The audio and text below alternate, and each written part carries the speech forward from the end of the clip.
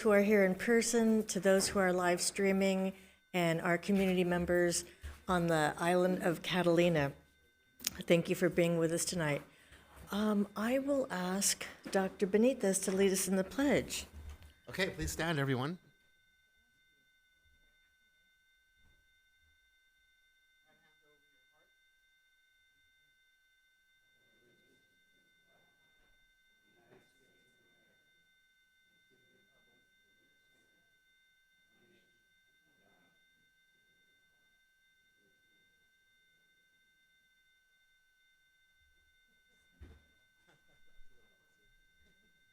That was beautiful. It sounded like singing in rounds.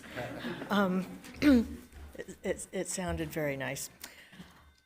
And at this time, I will ask our board secretary to take roll and establish a quorum. Member Lopez. Present. Member Otto. President Craighead. Here. Member Benitez. Here. And Vice President Miller. Here. We have a quorum. Thank you. And next on the agenda, we have the adoption of the agenda as posted. Move to approve. Second. Any discussion? All in favor? Aye. Aye. Any opposed? Any abstentions? That passes 5-0. We have no student representative because it is summer and school is not in session, which brings us to recognitions, acknowledgements, and reports. And I believe we're going to start with a video. Or no? I skipped over that, didn't I? Thank you. And the ironic part about that, I waited to start the meeting until I had that report in hand. Thank you for the reminder. So the board has been meeting in closed session today regarding matters listed on the agenda. The board took action on the following items. On item 3.1, on a motion made by Member Benitez and seconded by Vice President Miller, the board voted 5-0 to approve public employment. And I will ask Mr. Moskovitz to provide the specifics, which is probably why you caught me on that one. That is correct. Thank you, President Cricket. It's my pleasure to announce the promotion of Kathleen Suarez to the position of acting principal at Gompers Elementary. She was assistant principal at Adams and Tincher. Just spoke to her on the phone. She's super excited about this opportunity, and she's going to do a great job. Thank you. And on item 3.2, on a motion made by Member Benitez and seconded by Member Otto, the board voted 5-0 to approve the terms of the settlement agreements in the OAH case number 20260503556. And on item 3.3, on a motion made by Member Benitez and seconded by Member Otto, the board voted 5-0 to approve the terms of the settlement agreements in anticipated litigation related to one special education matter. And then we will get to item number 10, and I believe we're going to start with a video, so I'll direct our attention to the screens. My students have been working on a monster project, which is a collaboration with students at Twain Elementary School. The kindergartners drew pictures of monsters, and then my students used 3D modeling software to bring their imaginations to life. We used a website called Tinkercad, which has a bunch of 3D shapes, and we put them together. We created these monsters where they could stand and play as an actual toy. So I've always struggled with 3D modeling. It's always been something I'm not very good at. And during this project, I got a lot better at it, and I'm actually really excited to present these to the kindergartners.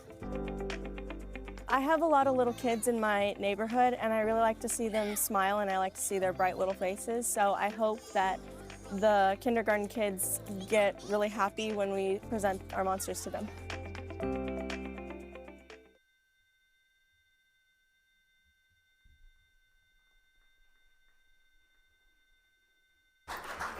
It's always fun to see what our students are up to. And next, this is a very exciting part, something that I look forward to every year. And we have the honor and pleasure tonight of introducing our 5 selected finalists, actually 3 in person, but we're going to introduce you to all 5 for the 2026-2027 Student Board Member. So this spring, Dr. Baker and I received 48 applications from 10 high schools, and criteria for eligibility included those students who have been elected to a leadership position by their peers, including class officers, student body officers, or holding a position of leadership in a school-sanctioned club. Candidates were evaluated based on the criteria established in Board Policy 9150 and Administrative Regulation 9150. Qualities we looked for included academic performance, demonstration of responsibility and ethics, and a potential to excel in the role of student board member. It will become apparent with the introduction of the 5 selected finalists that they have more than exceeded these qualifications. Each finalist is a shining example of everything we hope to see in our students. So each board member will be introducing one of the 5 finalists, and we will start with Member Lopez.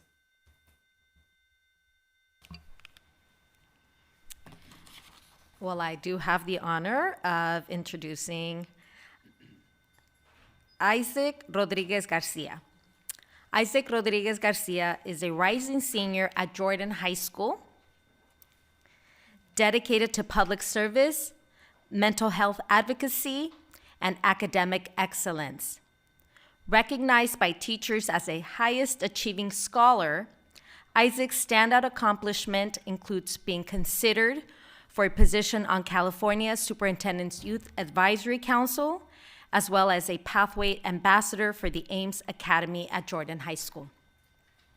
On campus, he holds vital leadership positions, serving as a school site council secretary and participating actively in the principal's advisory and WASC committees.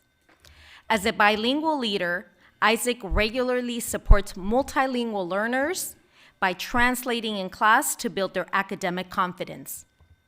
In the community, he acts as a social advocate for the Los Angeles County Department of Public Health. As a peer health advocate, he has collaborated with school administration to lead educational campaigns against vape usage, and Isaac seeks to use this platform to ensure marginalized and Spanish-speaking students are fully included and empowered.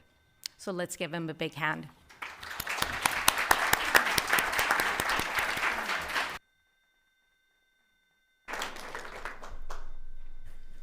And is there anyone here or at home you'd like to acknowledge? Yes. Hello, everyone, members of the board, the public, and to my amazing parents.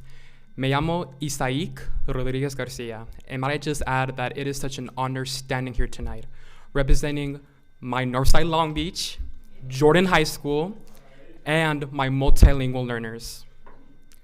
The biggest thanks I want to give is my parents, mi mamá y mi papá, que siempre se esfuerzan para levantarse cada día, aunque tiene dolor, aunque tiene frío, aunque tiene una enfermedad para trabajar.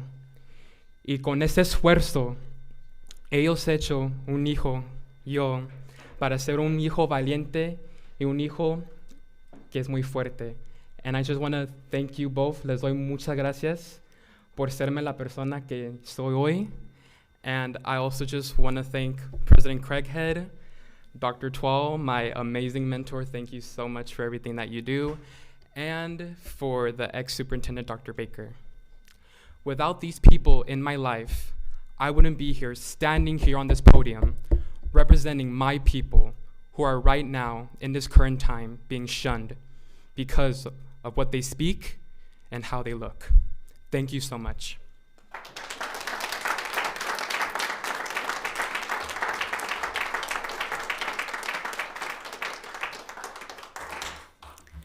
Thank you. Next, Member Otto. I have the opportunity and great pleasure of introducing our second candidate, and that is Skyland Barua. I understand she's here. Ms. Barua is a rising senior at Jordan High School and a highly compassionate leader who cares deeply for students across Long Beach. Pulling from her Bengali heritage, she brings her unique background to the leadership roles as President of Youth Leadership Ambassadors, President of the Southeast Asia Club, Vice President of HOSA, AIMS Pathway Ambassador, and Link Crew Leader.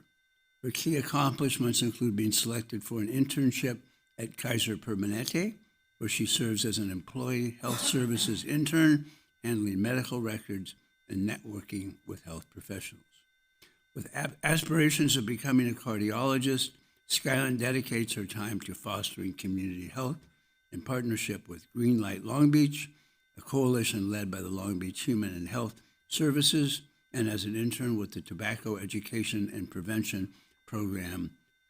Through these roles, she breaks the barriers surrounding cannabis misuse and facilitates education to help make Long Beach a healthier, more educated community. Congratulations on your nominations, and we'll see.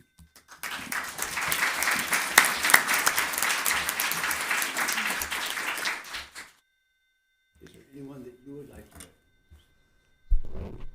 I would like to thank my parents. Of course, they've been a sense of inspiration for me, but also helping me push forward.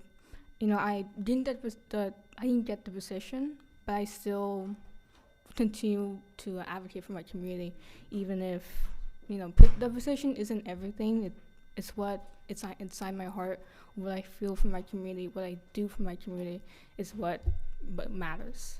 And coming from Bangladesh, I initially wanted this position to just help, you know, promote like multilingual learners. You know, coming from Jordan, we have a lot of multilingual learners. Want to improve their sense of belonging, but also, you know, show more like more people like me on the school board. But unfortunately, things don't go your way. But you know, you have to take things in stride, and I'm making that in my internship at Kaiser, and it's been rewarding because, you know, as you heard, I want to become, that wasn't, it was not me.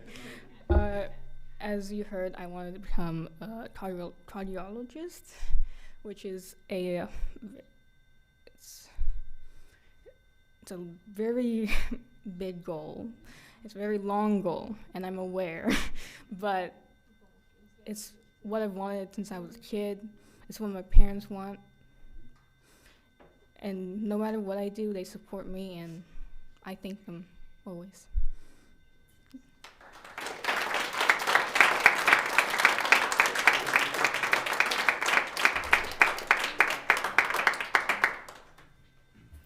Dr. Benitez. Thank you, President Craighead. So it's my honor and privilege to congratulate Anali Bojorquez, who is unfortunately not able to be here tonight, but will still read her vast experiences and accomplishments. Anali Bojorquez is an accomplished rising senior at Pauley High School, whose global background, having traveled to 17 countries, fuels her passion for equity and diversity. A major milestone in her leadership journey includes being named a semifinalist for the California State Board of Education student member position, reaching the final top 6 candidates statewide. At Pauley, Anali serves as president of UNICEF, Secretary General of Model United Nations, and Secretary for the Female Leadership Academy. Her outstanding community impact is highlighted by her role as the founder of California Students for Justice, a student-led activism group through which she has organized peaceful community demonstrations for immigrant rights. Additionally, Anali serves her school community as a bilingual peer tutor, bridging communication gaps to ensure that English language learners have an equitable path to academic success. So all of our students here advocating on behalf of our multilingual learners. Anali has also named one of 4 Youth Poet Ambassadors for the city of Long Beach. Congratulations, Anali.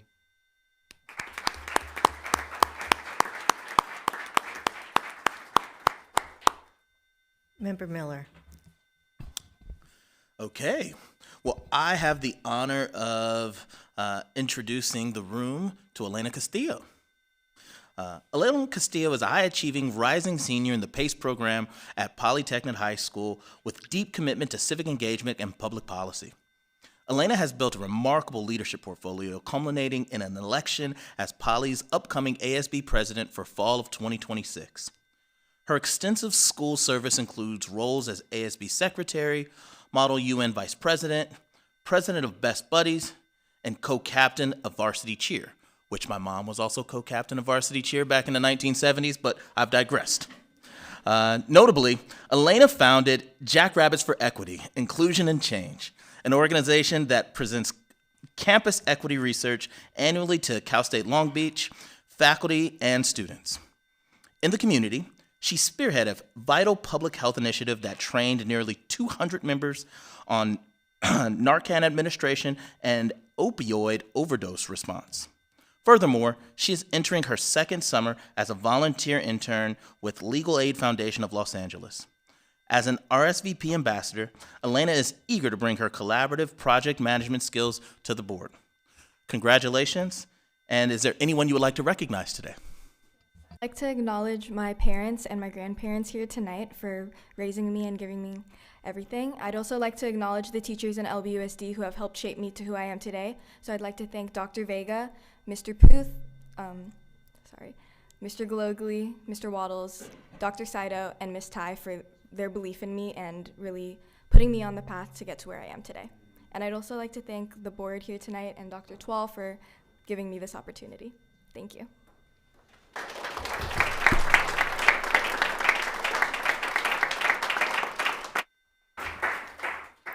And our 5th finalist is Ty Sedaris Sanchez.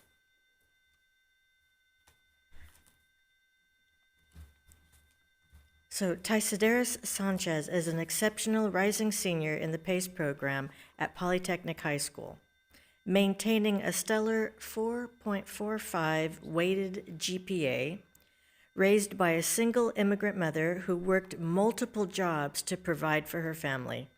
Ty Sedaris channels his personal and familiar resilience into profound community and school leadership. His key accomplishments include completing a prestigious judicial internship with the Los Angeles Superior Court and mastering 7 rigorous AP courses. So far, he's just going into his senior year. Just going into his senior year. 7, okay.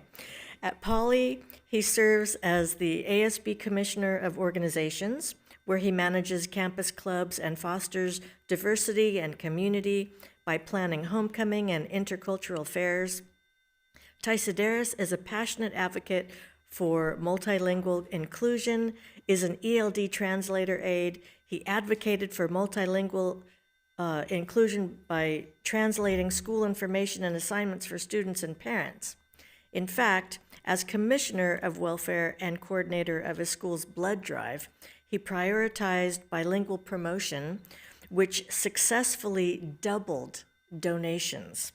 His community service includes volunteering at the local city library, running cross-country, and participating in UCI's early academic outreach program.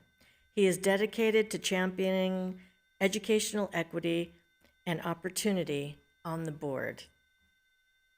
Ty.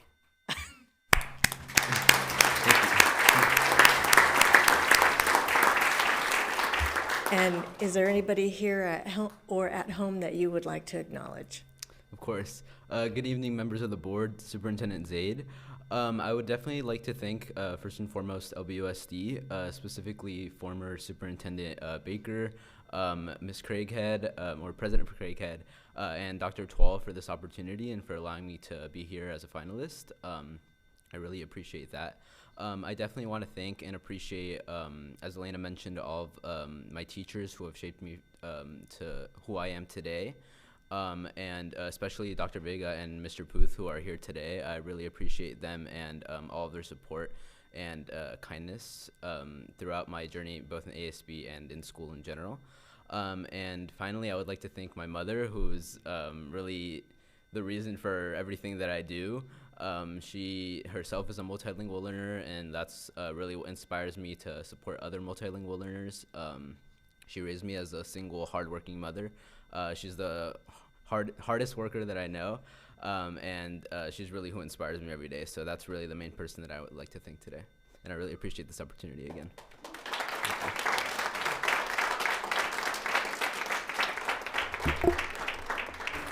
You know, I noticed that a few of you mentioned teachers and everything, and going through the applications and reading about what the students wrote is really a love letter to the teachers and administrators.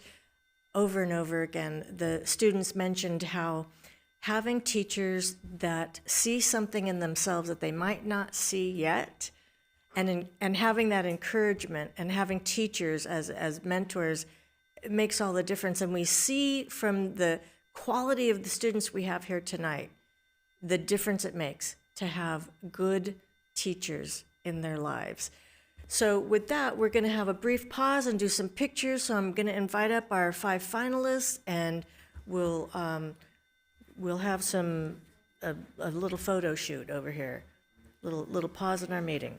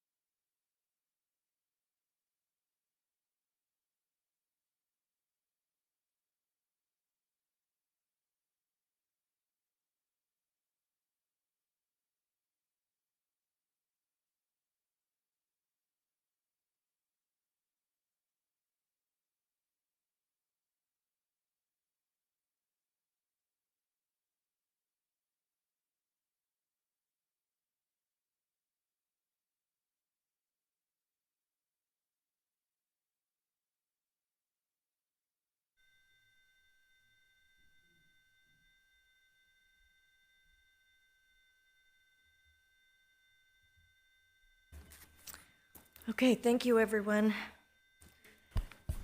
Next on our agenda, the item number 11, public hearing, but there's no public hearing this evening, which brings us to public testimony on items listed on the agenda.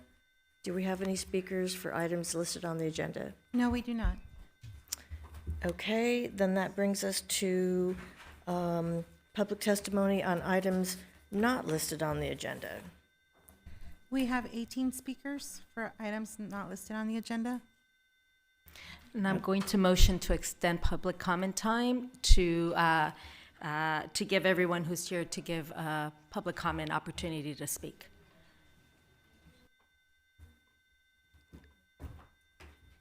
Is there a second? Second. Any discussion? Yes, if we could have a time when the 30-minute period is up, if we could check to see how many more remaining speakers are. Yes, we will do. And our first public speaker is Rudy. Oh, Yeah. Any further discussion? No? In that case, all in favor? Aye. Any opposed? Any abstentions? That passes 5-0. We'll allow extra time. And our first speaker is Rudy Kraus, followed by Mo Baker. My name is Rudy Kraus.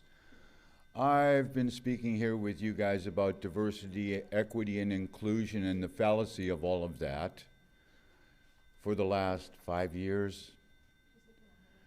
The flag, this is the culture of the United States. Islam is not the culture of the United States. You're working on a faulty premise when you say that multiculturalism is our greatest strength. It is not. Multiculturalism without assimilation is our greatest weakness. Immigration without assimilation is invasion. And we can see what's happening in Europe now. I hope you've been doing your homework. I hope you at least watched Citizen Vigilante to get a quick update. Sub-Saharan Africa has taken over all of Europe. Those countries, those 44 European nations, they will all become Muslim.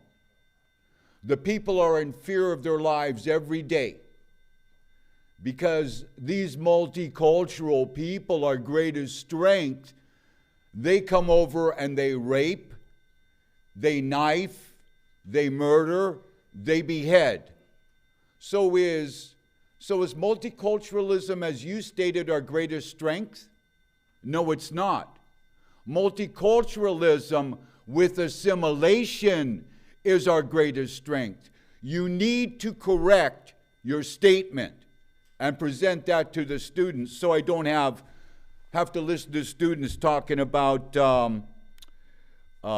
diversity, equity, and inclusion in some random concept that is not true at all. Diversity for who? Everyone but white. Equity for who? Everyone but white. Inclusion for who? Everyone but white. What a slap in the face for white people. We build the whole world. Then we invite you to come and stay in our countries. And what do? It's the old concept of the student killing the teacher so that they can claim they were the smart ones all along, and they did it. And then they rewrite us out of history. That's what Islam is happening.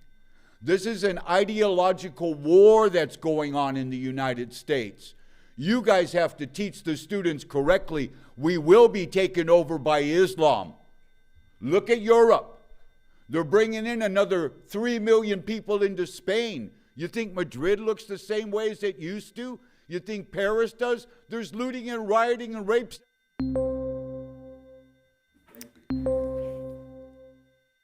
Thank you for your comments. Before we move forward, I want to clarify that although the board is required by law to offer an opportunity for public comment on items within the board's authority, the opinions shared by speakers on their own do not represent the views of this board, the district, or its employees. The comments just made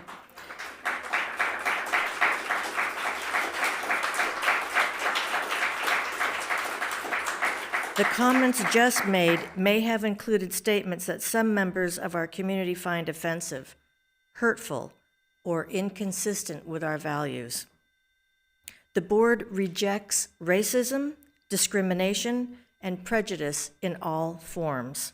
We are committed to providing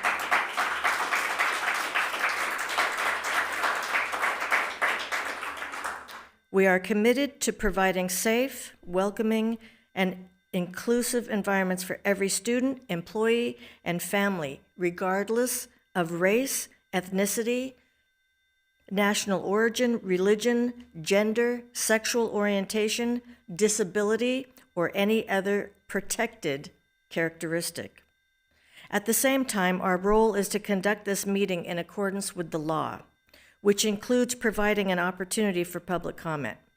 We value the community's ongoing commitment to respectful engagement as we carry out the important work of serving all students.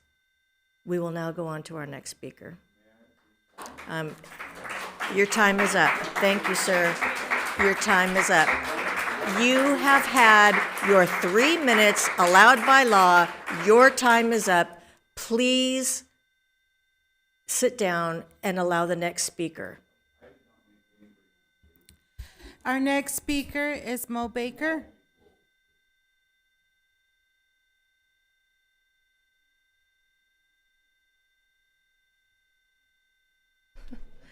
Whoa, okay. Yeah, I'll just make a comment that was horrific and inappropriate. Good evening, everyone. My name is Mo Baker, and I am the parent of a rising TK student here in Long Beach Unified. She'll be going to Burbank Elementary. I'm here tonight representing Schools Beyond Screens Long Beach, which is a grassroots organization of parents across our district working to bring intentional tech policy to our schools. Before anything else, I want to say welcome and congratulations to our new superintendent. This, I think, is your first meeting with us, so we wanted you to hear directly from our group. From what I've read, you've spent 32 years in this district, which is so impressive, and now you get to be our next bold leader, so that's really exciting. We are excited to have you because with that kind of history, you must understand what's at stake for our kids better than anyone else. And we are hopeful that includes the question of how technology shows up in our classrooms. For those who weren't in the room when we first introduced ourselves, our chapter formed only months ago and has grown quickly, with parents from across our district joining. Schools Beyond Screens is a national movement, and Long Beach is one of many communities that have decided we recognize the simple truth that the way digital devices are currently used in our classroom isn't always serving the well-being of our children. In our neighboring district, LBUSD passed a Using Technology with Intention resolution, and this fall it takes effect. LBUSD students in TK through first grade will no longer have digital devices in the classroom. Student-led use of YouTube and video streaming platforms during school will be prohibited. Screen time will be capped by grade level and other important considerations that will help keep our students safe. We are here again to ask Long Beach to do the same and maybe more. To be clear, we are not an anti-technology group. We welcome a thoughtful approach to ed tech in our schools, but we want screens to be a purposeful tool and not the default environment our kids spend their days in. We also want to restate a fiscal transparency concern we believe the board has an obligation to address. LBUSD is facing a large deficit and has cut hundreds of teachers' positions. At the same time, our district continues to spend significant public dollars on ed tech software contracts with no clear public picture of what those contracts cost or if they're actually helping our kids. We are asking the board to do what LAUSD did, publish an itemized report of all active classroom tech contracts, what we're paying, and what results we are actually getting.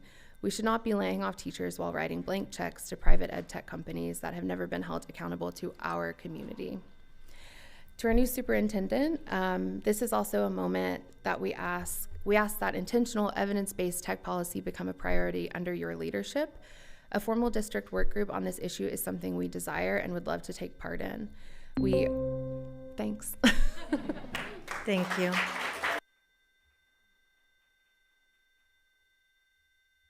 Our next speaker is Leah, followed by Kim.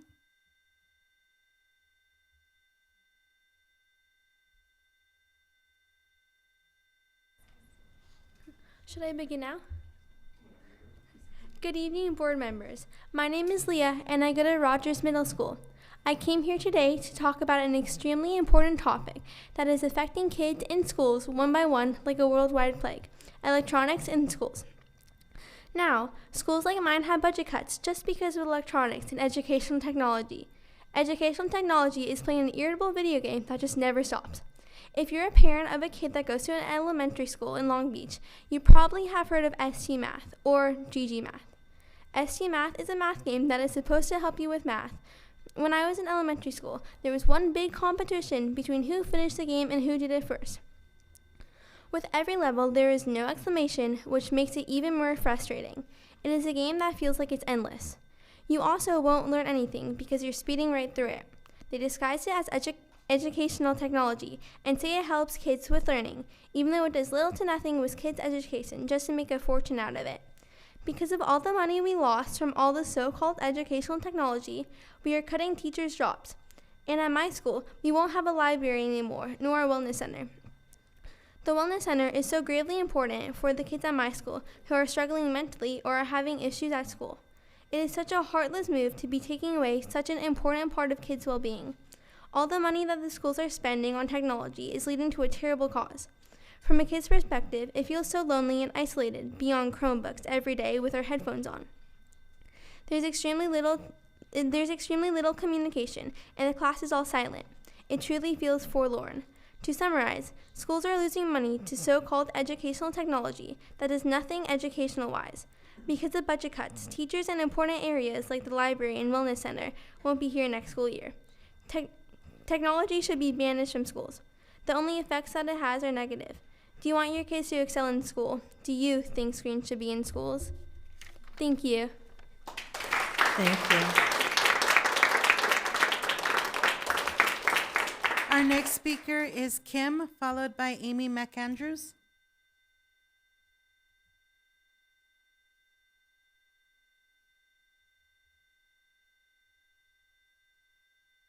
Good evening, board members. My name is Kim, and I'm here tonight on behalf of Schools Beyond Screens to discuss our concerns regarding the excessive use of technology in the classroom and during after-school homework. More and more districts across the country and globe are now realizing that excessive use of screens are to blame for the decline in test scores. They are following the research which reveals that too much reliance on screens can reduce focus, weaken comprehension, and replace deeper skills with shallow responses. It has been shown that taking notes by hand, drawing diagrams, and reading printed text all help to strengthen retention, whereas digital formats fail to do so. Students learn from their teachers and peers. We are losing face-to-face discussion due to the overuse of tech. These face-to-face discussions build empathy, listening skills, and the ability to think critically together. LA Unified School District just passed a groundbreaking screen time policy which would eliminate student devices for early education through FIRST and limit screen time for older students based on daily and weekly minutes. YouTube will be banned, and EdTech audits will take place annually to ensure tech products meet educational standards. We would also like to see a pause on the use of AI in our district until we can prove that the benefits outweigh potential risks. It is unfair to allow our kids to be used as guinea pigs. It's time for our district to embrace intentional, kid-centered, evidence-based policies around classroom tech. Thank you. Thank you.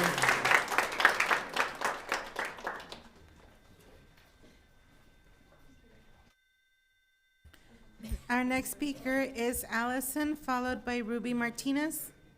I'm sorry, Amy McAndrews, followed by Allison. Okay. All right. I'm the final speaker from the Schools Beyond Screens. Good evening, Board President Craighead and members of the board. My name is Amy McAndrews. My two children attend Carver Elementary, and I'm also a school-based occupational therapist who works in elementary schools in the neighboring district of Los Alamitos.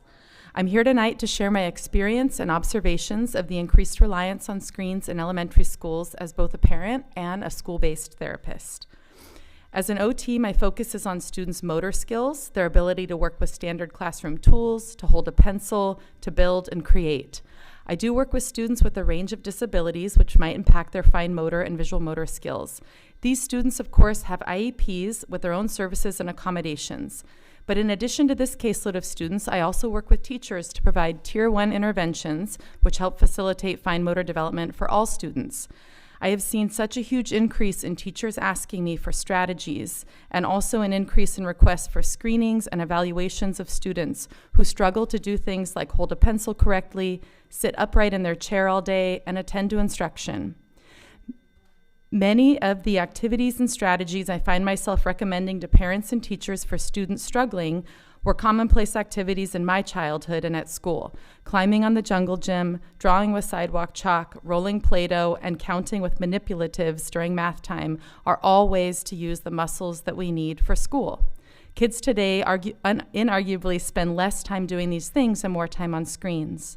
In the absence of these activities, I see students struggle more with writing generally. They fatigue quickly, they begin to develop a negative association with the practice of writing. So many of the very young elementary students I work with tell me they don't like writing and they prefer to be on the computer. Other students I work with struggle to transition away from screens throughout the school day. These are all anecdotal observations I've made as a therapist working with students, but as a parent, I am equally concerned when my daughter, who is in kindergarten, is introduced to screen-based programs such as GG or ST Math. I bring this up because the larger trend towards more screens in elementary classrooms and the idea that more technology equals more innovation or quality instruction is problematic. As a parent and therapist, I wonder, what is being lost when students learn to Google questions constantly or take shortcuts through AI rather than engaging in problem solving and critical thinking? What does it mean for students to spend less time wrestling with concepts, building things from scratch with their hands, planning and executing their ideas? I have seen students who may already struggle with frustration tolerance and transitions melt down after playing screen-based games for math or reading because these games provide extrinsic motivation and stimulation that class dialogue cannot. Intellectual struggles are not appealing to students in comparison to gamified activities on a screen. I, like the other oh, thank you. Thank you. Next, we have Allison, followed by Ruby Martinez.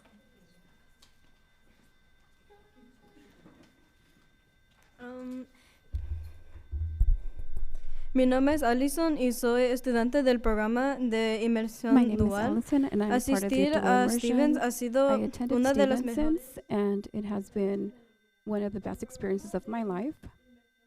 The dual immersion program has helped me to improve my Spanish, to be able to communicate better with my family and also with my friends. As a student, a Hispanic student, this means a lot for me because the language maintains me connected with my roots. When I attended Stevenson's,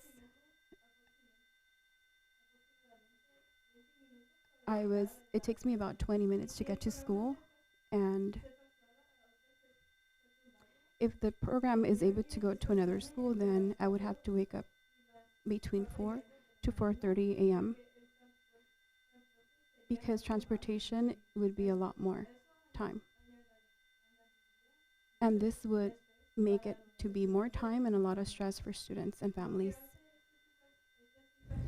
And this creates an issue because students, the parents, and the community members don't have the real opportunity to be able to express their opinion before that decision was made. The students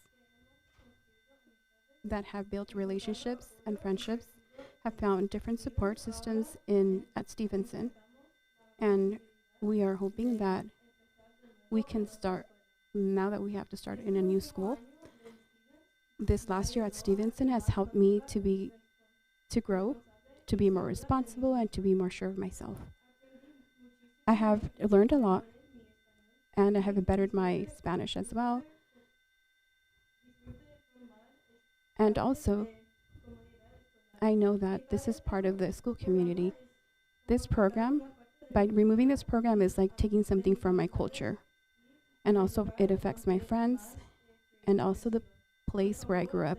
Please give us the opportunity to be able to finish at Stevenson's. Thank you. Thank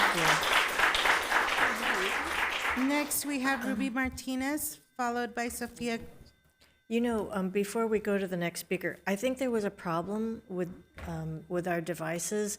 We weren't getting audio on that, so how can we have follow-up on that public comment? Can we get a translation at some time?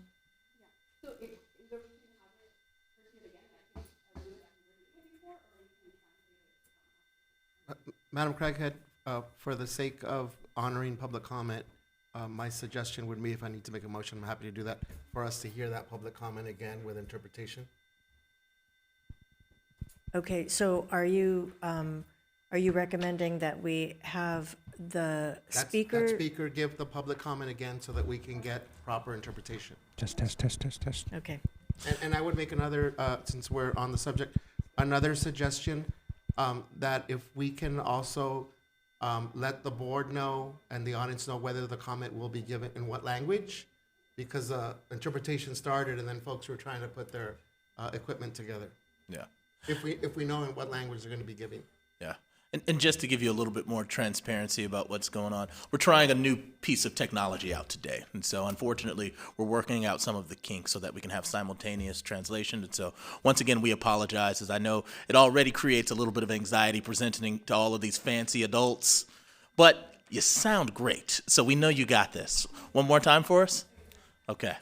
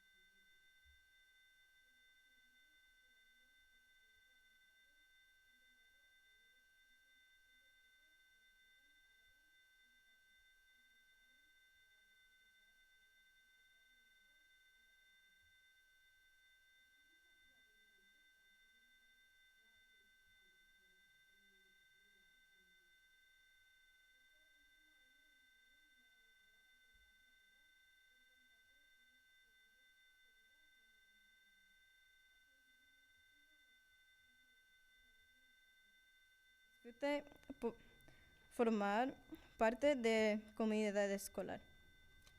This last year at Stevenson, I was able to mature, to grow, and have more confidence in myself, and also to improve my Spanish. Quitar este programa es como quitarme una parte de mi cultura, de mis amistades y del lugar donde más he crecido. If you were to remove this program, it's like removing part of my culture and the place where I grew up. Por favor, denos la oportunidad de terminar nuestro camino en Stevens. Please give us the opportunity to finish this at Stevens. Thank you. Thank you. Next speaker, we have Ruby Martinez, followed by Sophia Grace.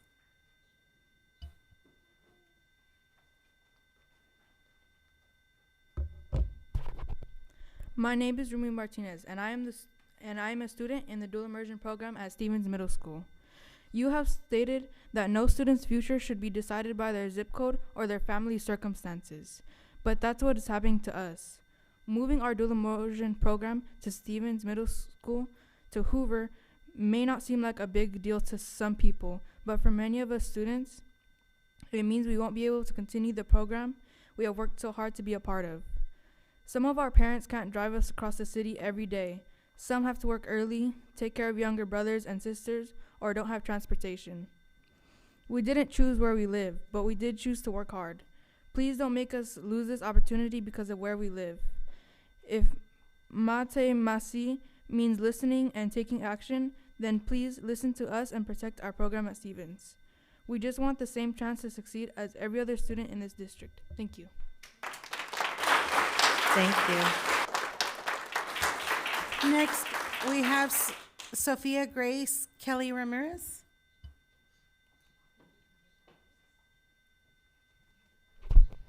Hello, my name is Sophia Grace Kelly Ramirez, and I'm an incoming 7th grader at Stevens Middle School. I started the dual immersion program at Webster Elementary, and it has been a very important part of my life. It has helped me become a better student, taught me another language, and given me more self-confidence. Stevens is my home school. It is where my friends are and where I feel comfortable and where I want to continue learning. When I heard that the DI program might be moved, I was very sad because I don't want to leave the school and community that feels like home. I hope you will think about the students like me who have worked in this program for many years. We love our school and we just want the chance to continue our education at Stevens. Thank you for listening to me and considering our voices. And I would like to give a special shout out and happy birthday to my mom. Thank you.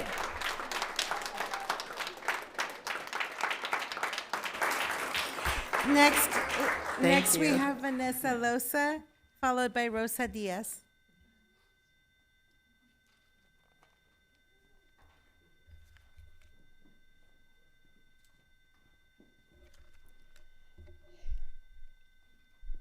My name is Vanessa, and I'm the mother of 3 children who have all been part of the dual immersion program at Webster and at Stevens Middle School.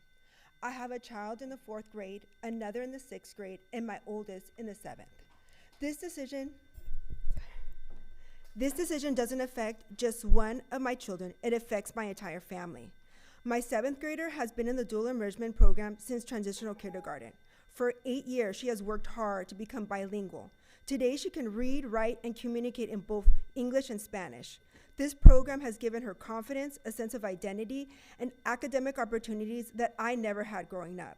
It has helped her become a stronger student and a more confident young woman. Now, we are being told that if she wants to continue the program she has dedicated nearly her entire education to, she must transfer to Hoover Middle School. For my family, this is not a realistic option. I do not have the transportation or the resources to drive my children to Hoover Middle School, a 12-mile trip every day, like many families on the west side. I work and have other children to care for. I also have a child entering the 6th grade and another in the 4th. This decision creates a hardship that reaches my entire household. Families should not have to choose between continuing their children's education and having safe, reliable transportation. If this district believes that this is the best decision, then I respectfully ask, where is the data showing that this move benefits students? We have heard about consolidation, but we have not seen the evidence that this decision will improve students' outcome. What we do know is what our children stand to lose, and I ask you to remember that behind every number is a child. Behind every statistic is a family like mine. My children have dedicated years to this program, and they deserve the chance to finish what they started. My oldest has invested 8 years, and my younger children deserve the same opportunity. Removing the program from our community sends this ugly message that the Westside family has fewer choices and fewer opportunities than others. You feel like no one cares, like Westside children don't deserve the same education opportunities like others in the district. I am not asking for special treatment. I am asking for fairness. So before you make a final decision, I respectfully ask that you put this issue back on the agenda. Keep dual immersion at Stevens Middle School and take the time to truly consider the impact it will have on our children and our community. Please don't rush a decision that will affect students for years to come. Thank you. Thank you. Next, we have Rosa Diaz, followed by Maribel Castañeda. Good evening, President, board members, Superintendent Zaid, and members of the community.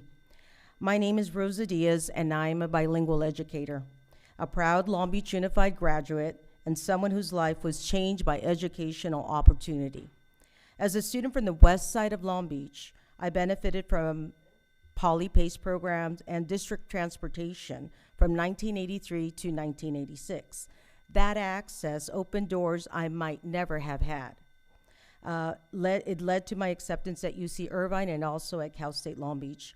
It inspired me to return back to Long Beach Unified and serve Long Beach students as a bilingual teacher from 1993 up until 1998.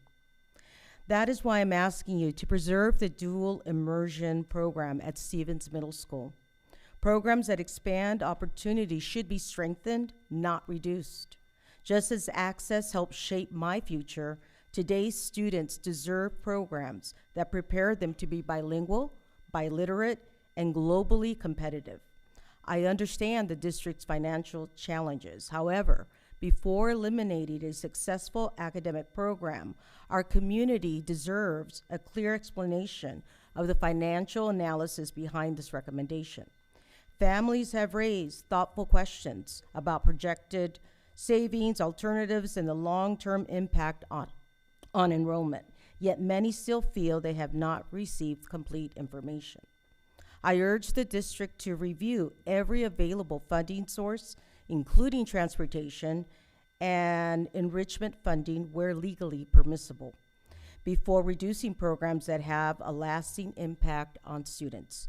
We owe our families a thorough review of every option.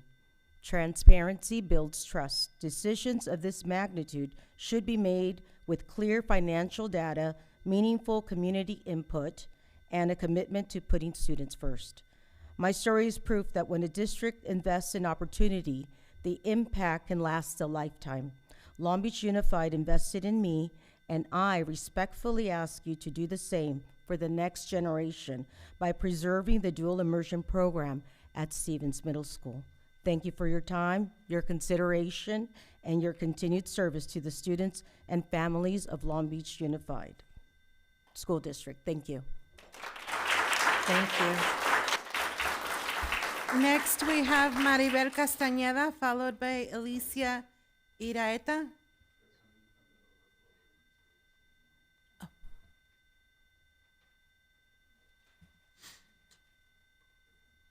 Patricia? I know it's a little rogue here, but we had a small change in the schedule, and I was just curious on how we're doing on time. I know we were going to do a time check.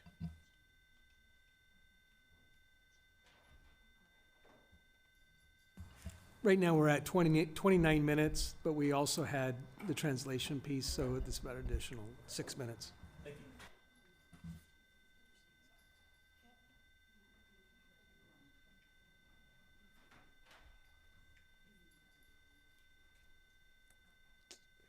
Good evening, board members and superintendents. My name is Maribel Castaneda, and I am here this evening on behalf of the Webster Elementary dual immersion students and family to ask for equity, access, and transparency in the future of dual immersion LBUSD. I'm shaking, I'm nervous. This is emotional, this is to the heart. This year, Webster celebrated 30 years of dual immersion. Since 1995, Webster families and teachers and students have built strong, bilingual, biliterate communities. Families commit 6 years to this program with the expectation that their children will have pathway to continue their dual immersion education through middle school. This year, 46 fifth graders from Webster graduated from Webster, yet only 9 students are moving on to Keller. That's 19%. Will continue in the dual immersion at Keller Middle School. The question we need to ask is, why are so many students leaving a program that they worked so hard to complete? The answer many families have shared is transportation. Students are not leaving because they no longer value dual immersion. They are leaving because the continuation pathway has become a barrier. Families deserve the opportunity to continue the commitment they started in kindergarten. When Keller Middle School's dual immersion program opened in 2014, it was an important milestone because it created the district's first middle school dual immersion continuation pathway. At that time, Diana Craighead represented District 5, and she is now and served as the board president. When Keller opened, sorry, I lost my place. My question is, why was the first middle school pathway established on the east side when Webster Elementary, one of the LBUSD longest running dual immersion programs, had already been serving Westside families since 1995. When Keller opened in 2014, Webster had nearly 20 years of dual immersion history. Patrick Henry's dual immersion program began in 2007. And the Patrick Henry kindergarten students were the first graduating fifth graders who attended Keller when it was first opened. Webster's program, however, had already established a strong foundation and had even faced possible closure. It was the dedication of the Webster's families who advocated for the program, shares its values with other families, and helped it survive and grow. Today, Webster's dual immersion program is thriving, with 2 immersion classes at every grade level and 3 classes in TK and kindergarten. Patrick Henry currently has 1 dual immersion class per grade level. Webster's success reflects decades of commitment from families, educators, and the community. During the opening of Keller, a parent came before this very board asking for a Westside Middle School dual immersion option. I'm sorry, but that's the 3 minutes. Okay. Thank you. Next we have Alicia Iraeta. Hello, good afternoon. My name is Alicia Irajeta, and I'm here to plead to please keep the DI program open at Stevens and put it back on the agenda. Thank you. Thank you. We have Tia Hart, followed by Therina Bailey.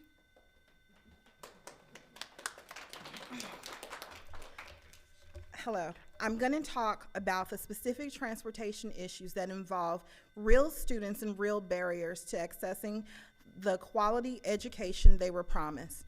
The data shows the difference in access and additional barriers students may face when trying to reach their DI program, their middle school DI program, without multiple pathways.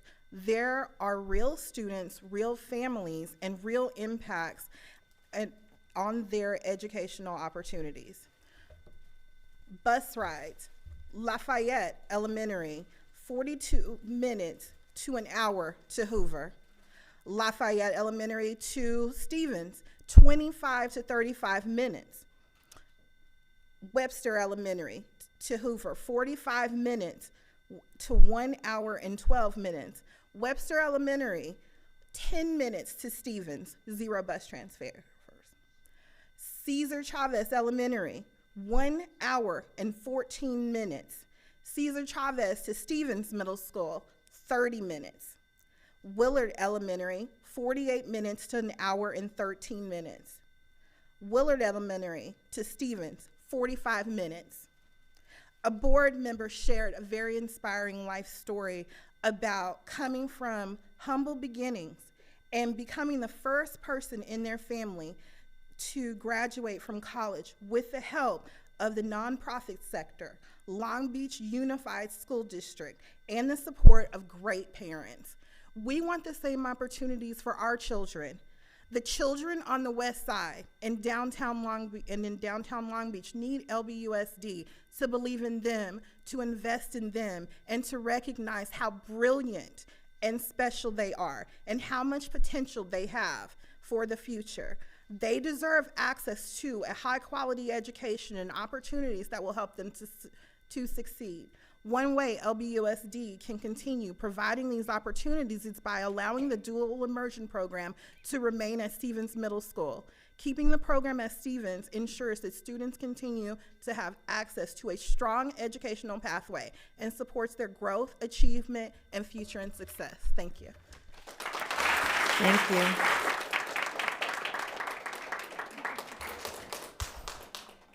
We have reached our 30-minute mark. We approved the. Yeah, I believe we did. I think we made a motion to extend time. Yeah, fine. So our next speaker is Therina Bailey. All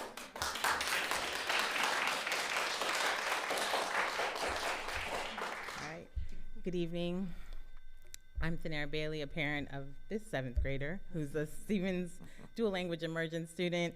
He attended Bigsby Elementary for K through 5, and we reside in District 4, Member Otto's district. Stevens was a deliberate and intentional choice for my child. He's doing amazing, he's thriving, and it's the best choice I could have made for him. It's why I was deeply disappointed to learn of the program's closure. In April, I sent a letter to then Superintendent Dr. Baker and 2 members of this board explaining my frustration, expressing concerns about the lack of family engagement, equity, investment in our program throughout this year, and whose voices were being prioritized in this process. These concerns remain today. As you've heard tonight from several families, students, this proposal creates significant barriers to access, and it does not reflect the commitment of this district to excellence and equity. There are proven dual immersion program models across the country that expand access while preserving neighborhood and strand-based pathways. Maintaining Stevens as a pathway while adding Keller's dual immersion at Hoover as a pathway would create and minimize disruption. It would strengthen long-term capacity, decrease attrition, and create room for continued growth. Based upon your own projections, you will reach capacity by 2033. And so we will repeat this same question again with a different board who will have to again wonder why we're at the same number of no room at another school, because you have chosen one single site to invest in, just like you did at the point of Keller's transition. This plan is not a long-term solution. It simply delays the problem, repeats the pattern of exclusion, and leaves a future board facing the same challenge again. District 5 continues to repeat and receive the DI investment, while students and families across the city are asked to figure out how to align their academic goals. And what we have to say is, what about the rest of the board? What about your district? When we ask about and think about your constituents as you sit on this board, the school district should represent each district. How are we thinking about growth, access, equity, and overall perception of quality that we are being represented? How can we all do a better job of making dual language learning accessible across LBUSD? I'd like to close with a message that our new superintendent recently shared with our community.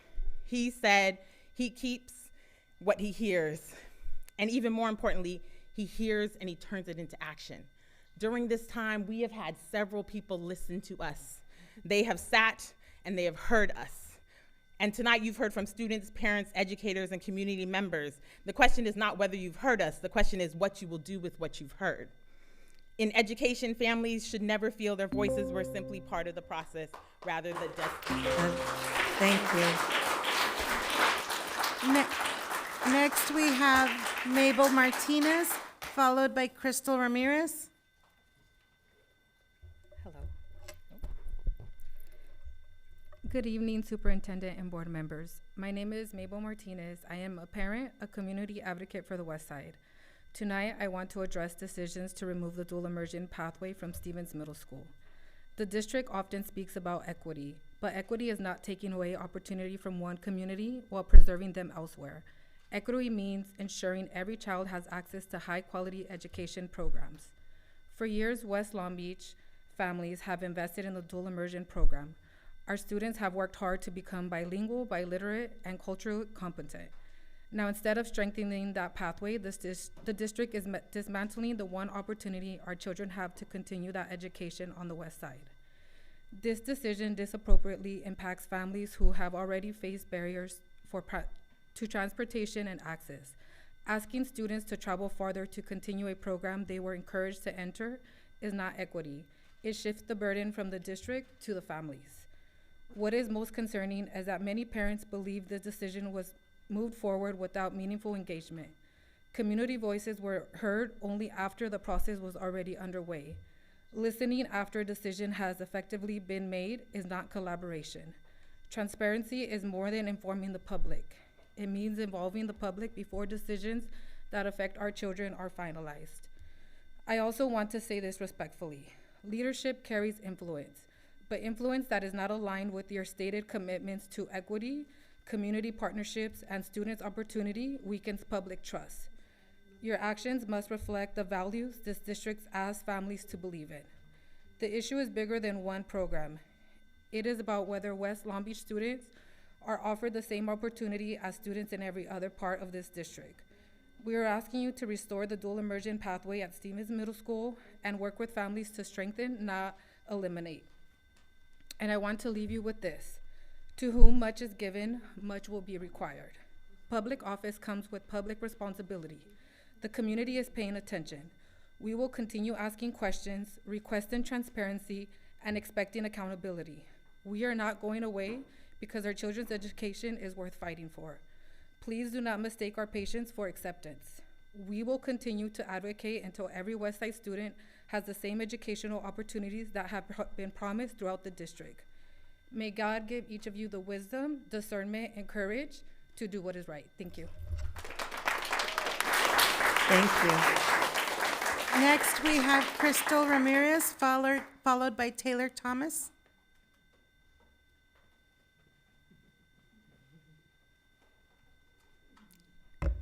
Good evening, board members. My name is Crystal Ramirez. One moment. Okay. Yeah. I'm the proud mother of an incoming 7th grader at Stevens Middle School. Her name is Sophia Grace Kelly Ramirez. Sophia Grace began her dual immersion journey at Webster Elementary, where she grew academically, socially, and emotionally through the program. She has continued to thrive in Stevens DI program. And I have firsthand, oh no, I lost my place again. And I have firsthand seen how much this opportunity has benefited her. When I completed the survey about making Stevens a dedicated dual immersion school, I was beyond excited. I believe this would be an opportunity to strengthen the program, support our students, and allow families to continue building the community that they have already invested in. Now, hearing that Stevens DI program may be taken away and the students may be moved across town has been heartbreaking. Stevens is my daughter's home school and is where she belongs. She has built relationships with teachers and classmates, sorry, and where she would be able to continue her education. I understand that the district has a difficult decision to make, but I ask that you please consider the impact these changes will have on the students and families who have committed years. A successful program should be supported and strengthened, not removed from the community that helped build it. Our children have worked really hard. They have grown through dual immersion, and they deserve the opportunity to continue that journey in their own school community. I respectfully ask that the board to listen to the families, the students, and educators who believe in Stevens DI program, and to consider preserving it for the students who depend on it. Thank you for your time and for listening to our concerns. Thank you. Next, we have Taylor Thomas, followed by our last speaker, Melissa Roman. Good evening, everyone. My name is Taylor Thomas. I'm a 4th generation West Sider and a member with East Yard Communities from Ramona Justice. I'm here to support keeping the DI initiative at Stevens Middle School, and I'd like to acknowledge all of the parents and supporters who brought their passion, they brought their children. We have 27 people in the overflow room. If folks are here and in support of this, please feel free to rise so they can see how much passion and power we have in this space. Thank you, thank you, thank you. Thank you. Now, I'm a product of Long Beach Unified School District. I've actually done all of my schooling in Long Beach. This program would have been beneficial to me. My neighbors and my best friends were Spanish-speaking folks, and I love them dearly, but we couldn't communicate sometimes. I would have loved to be able to tell my neighbor that the chicken she tried to fry was still bloody. Didn't happen. All jokes aside, I'm not a parent, but I'm very much invested in the next generation. People that love and advocate for children, they do not do things that harm them. And making a program harder or impossible to access is harmful. I also had to take transit from middle school to my home on the west side. One day my mom dropped me off and she's like, I can't take you and be on time to work anymore, so you have to figure out how to get home. And as an almost 40-year-old, you know, I talk about that story as a character building opportunity, figuring out public transportation. But as an 11-year-old, it was very scary. And I was a young girl. I was consistently harassed by my peers. I would not wish that on any student, to have to figure out how to get home safely on the bus, or any parent to have to put that on their child and their family to figure out.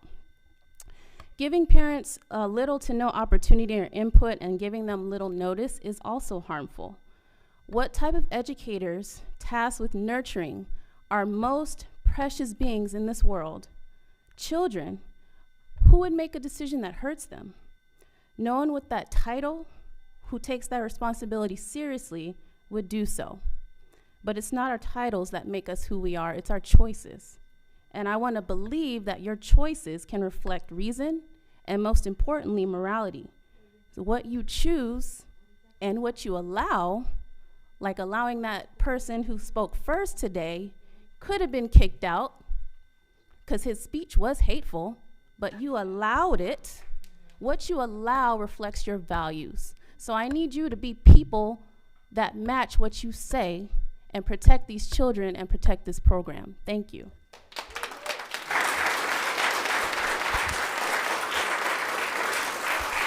The last speaker is Melissa Roman. I will just clarify that the first speaker was allowed 3 minutes, just as everybody else is allowed 3 minutes. It's a First Amendment right. Good evening, board members. My name is Melissa Roman, and this is my child, Taylor Roman. We live 10 houses down from Bixby Elementary, and she started in kindergarten when the program was in its 3rd year. A lot of my friends in the neighborhood were unsure about dual immersion, but as a former high school teacher with a B-clad and a clad, I understood that academically, kids who go through dual immersion programs are more academically successful in middle school, are more academically powerful learners than those who don't. And so I knew I wanted my child to go into the program. Because so many people from my neighborhood were afraid of the program, which, by the way, is no longer the case. Now there's a waiting list to get in because everybody in the neighborhood realizes what a gem the program is. But because at that time they were unsure, people came from all over the city, and my child has had the privilege of going to school with people from all over Long Beach.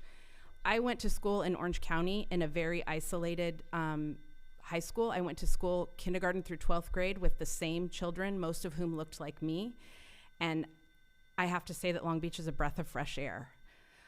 Where I grew up in Villa Park, it's boring. Everybody's the same. That's not our world. And so anyways, to get back on track, just the last 6 years, participating and engaging with the families from all over the city has been one of the biggest gifts of my life. My husband grew up speaking Spanish until he was 5, but then he went to school in a white neighborhood in Boyne Park where nobody else spoke Spanish, and he forgot his Spanish. So today, his mom came here when she was 18, and his Spanish was his first language. So he sees what's happening with Taylor, and he cries because she is learning Spanish. She learned to read in Spanish before she learned to read in English. So I'm here today because as a working mom, I understand how challenging it is for families today to earn an income and provide for their children. I can't imagine what it would be like for me to have to spend an hour commuting across town to get my child to school every day. And I would find a way to do it. And I mean, we have 2 cars in our family, so I'm sure we could find a way, but it would be incredibly stressful.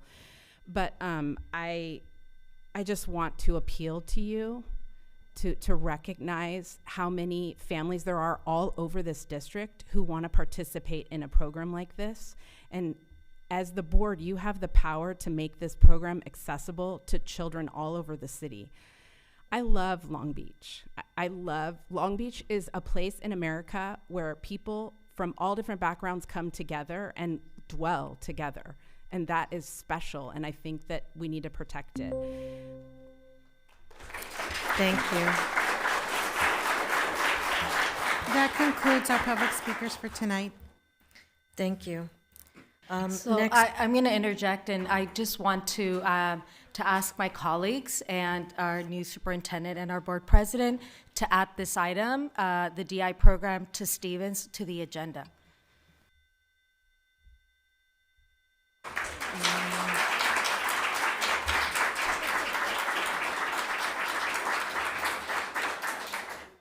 I will bring that to the agenda committee. Next on this agenda, we have reports on superintendent advisory groups, and we'll start with business, budget, and policy development. Dr. Benitez. No report from me today, Madam Crackhead. Thank you. Instruction and student learning supports No report. and workforce development. No report. Okay, next on the agenda, we have item number 15, the consent calendar. We need a motion. Second. Is there any discussion? I do have a few questions.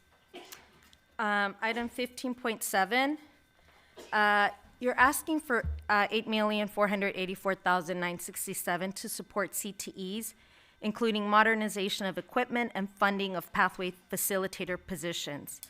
And I guess my question is, would the funding be distributed equally among all CT pathways, or would it be targeted to specific high schools? I don't have the specific breakdown of the amounts. We have CTE programs across all of our pathways.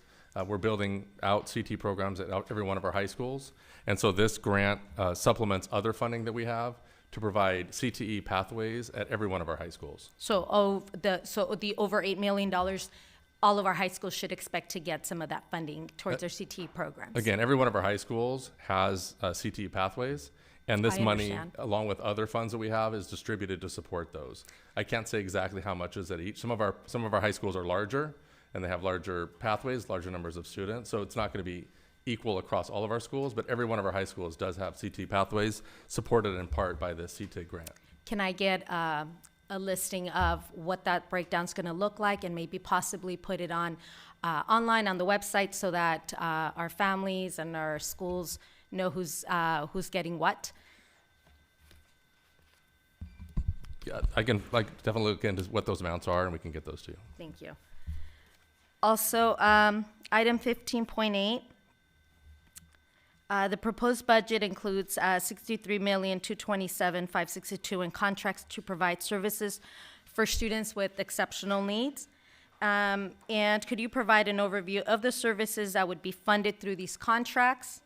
And how much of the funding would, or approximately how much is going to be allocated to one-on-one aides and other paraprofessional to support our students?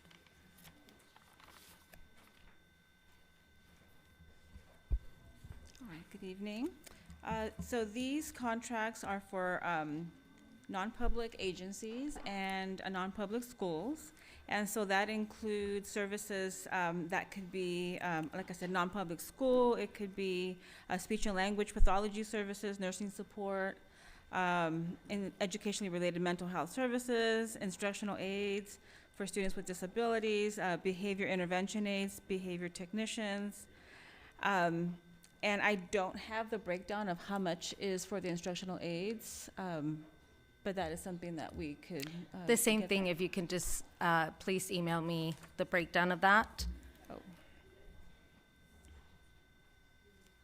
Yes, and I should also mention that this is like the largest bulk of the agency contracts. Right. But it's not all of them. We do Yes. have more that are coming. Yeah, Yeah. I can imagine.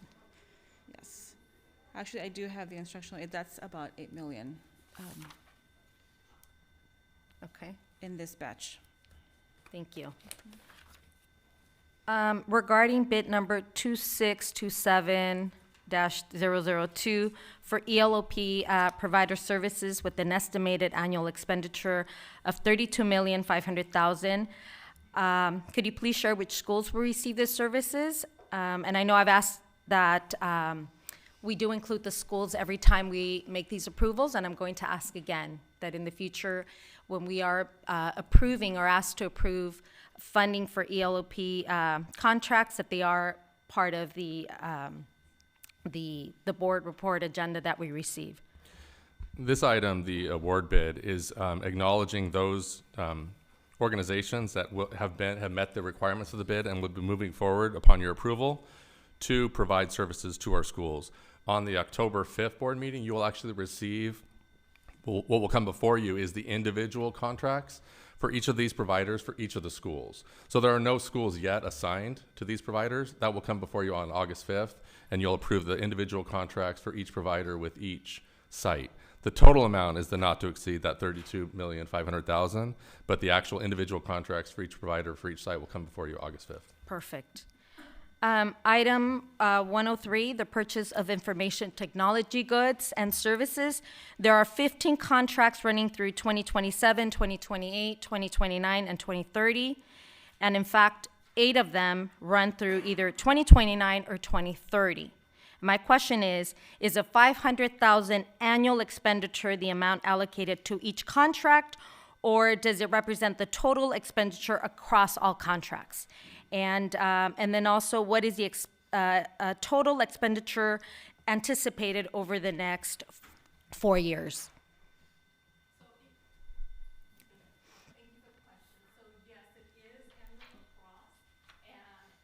Next 4 years, I'll have to provide that for you. I mean, it's $500,000 per.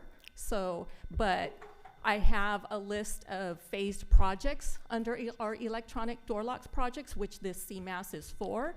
So we can provide that as well.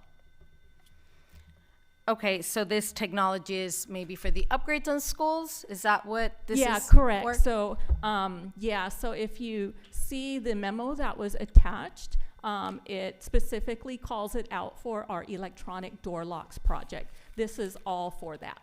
Thank you. You're welcome.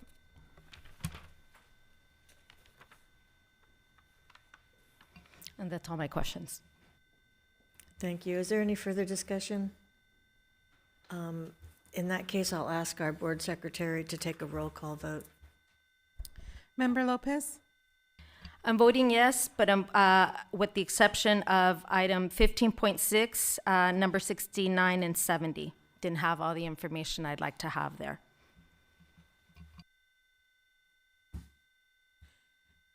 Member Otto? Aye. President Craighead? Aye. Member Benitez? Aye. And Vice President Miller? Aye. That is 5-0 with the exception of 15.6 for number 69 and 70 from Ms. Lopez. President Motion Craighead, passes. If I can just acknowledge that the way that the board packets were presented to us this time, it's much appreciated that under each section of the consent calendar items, they were separated and labeled. So thank you, Patricia. You're very welcome. Thank you. I did notice that addition. It makes it easier to reference materials. Okay. Next on this agenda is a staff report, but there is none tonight, which leads us to the first item of new business, which is the seating of our student board member. And as you heard earlier, this young woman is very accomplished. And just a few highlights from her interview. Dr. Baker and I interviewed the 5 finalists that were introduced earlier, and then, as you can imagine, it was a very difficult decision because of the quality, integrity, intelligence of our students. But Elena kind of stood out for a lot of reasons, and just a few things I'd like to share. Elena likes policy. She enjoys policy. You're in the right place. And civic engagement and connecting with others. And Elena's passionate about community. That came out in the interview a lot. And in the application, she spoke about holding the district accountable. Holding the district, can you imagine? So we are going to welcome you aboard this evening to give you that opportunity, to hold us accountable, to share your thoughts, opinions, and unique perspective of being a student. So at this time, we're going to ask you to come to the podium, and our brand new superintendent, Mr. Zaid, will be the one to swear you in. So let's all enjoy this part, this monumental step. So we're going to ask you to raise your right hand, and then you're going to repeat after me.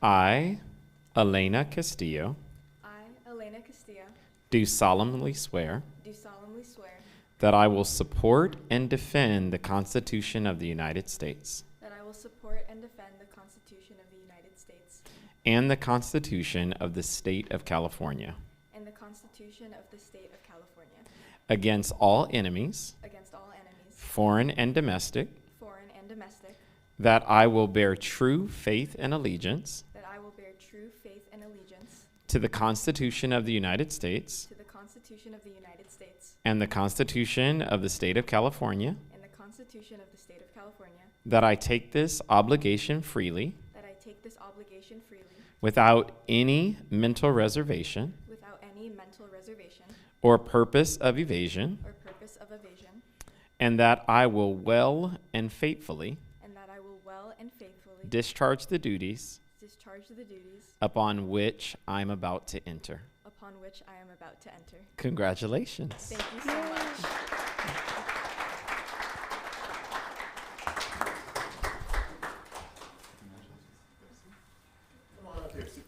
Yeah, so we're going to pause for pictures before she's seated.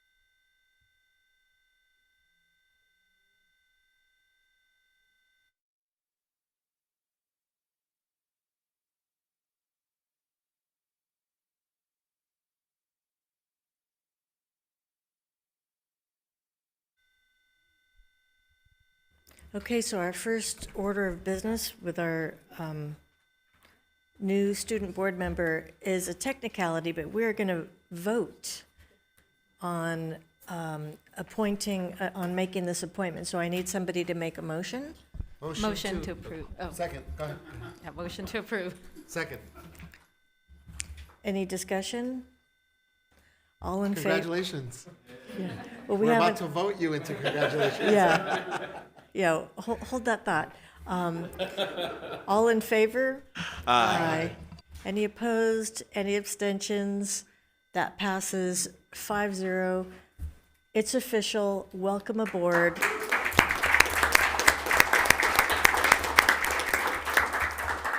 And now the floor is yours if you'd like to make comments or acknowledgements, anything like that.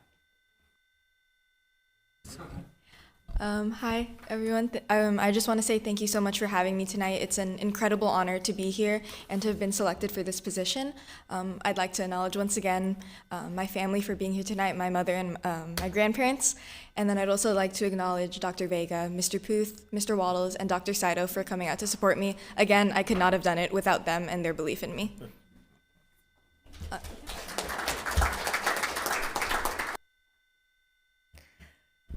Well, welcome aboard. I know for me personally, it makes us feel more complete when we have a student board member. And the perspective and voice you bring is absolutely imperative to the work that we do. So welcome aboard. Yeah. Can I double down on that just a little bit? You may.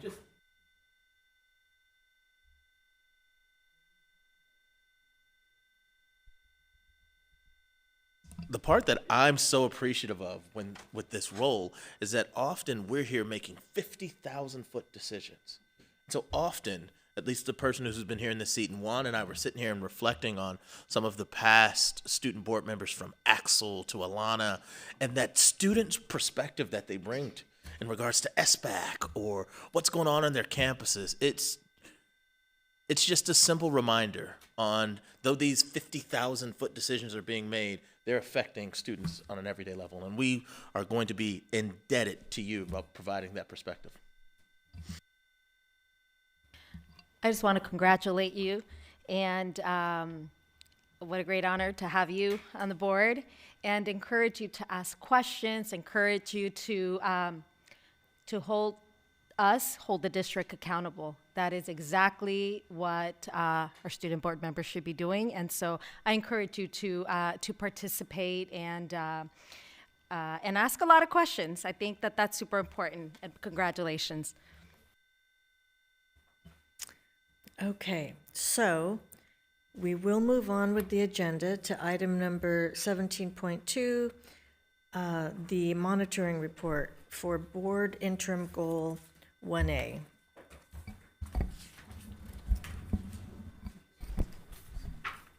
So I will pass that over to Mr. Zaid.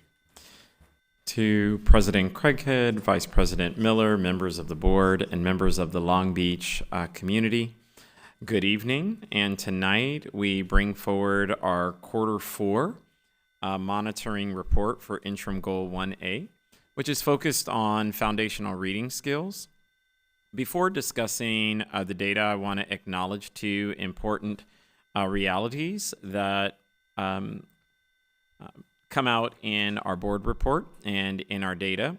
One, since establishing the baseline in 2023, the percentage of students meeting or exceeding foundational expectations has grown from 69% to 73%. Secondly, the report clearly tells us that our progress is not yet sufficient to meet the ambitious goal this board has established for 2028. We should celebrate growth without becoming satisfied with what we're seeing. One of the strengths of student outcomes-focused governance is that it keeps our attention where it belongs, not simply on whether students improved, but on whether they improved enough and what leadership must do differently when they have not.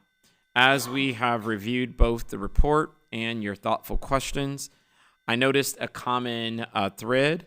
The conversation is no longer about whether we have the right structured literacy framework. It's about whether we are implementing that framework with clarity and consistency across every classroom and every school. Our data suggests that we know what works.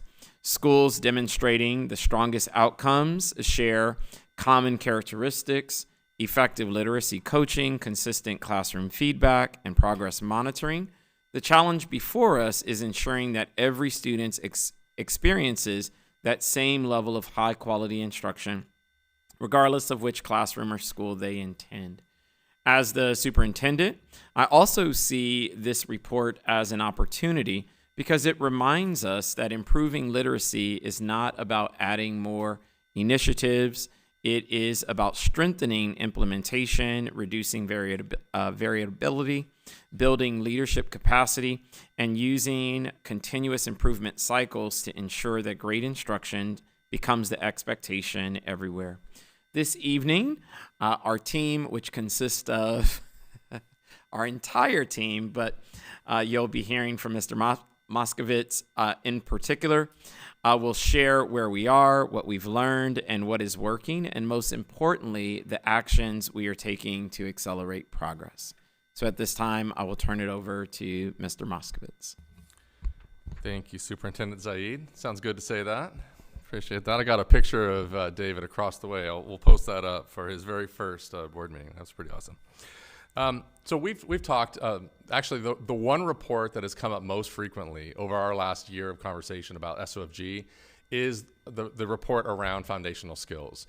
You all are probably becoming almost as expert as we are, and maybe you could even do this presentation.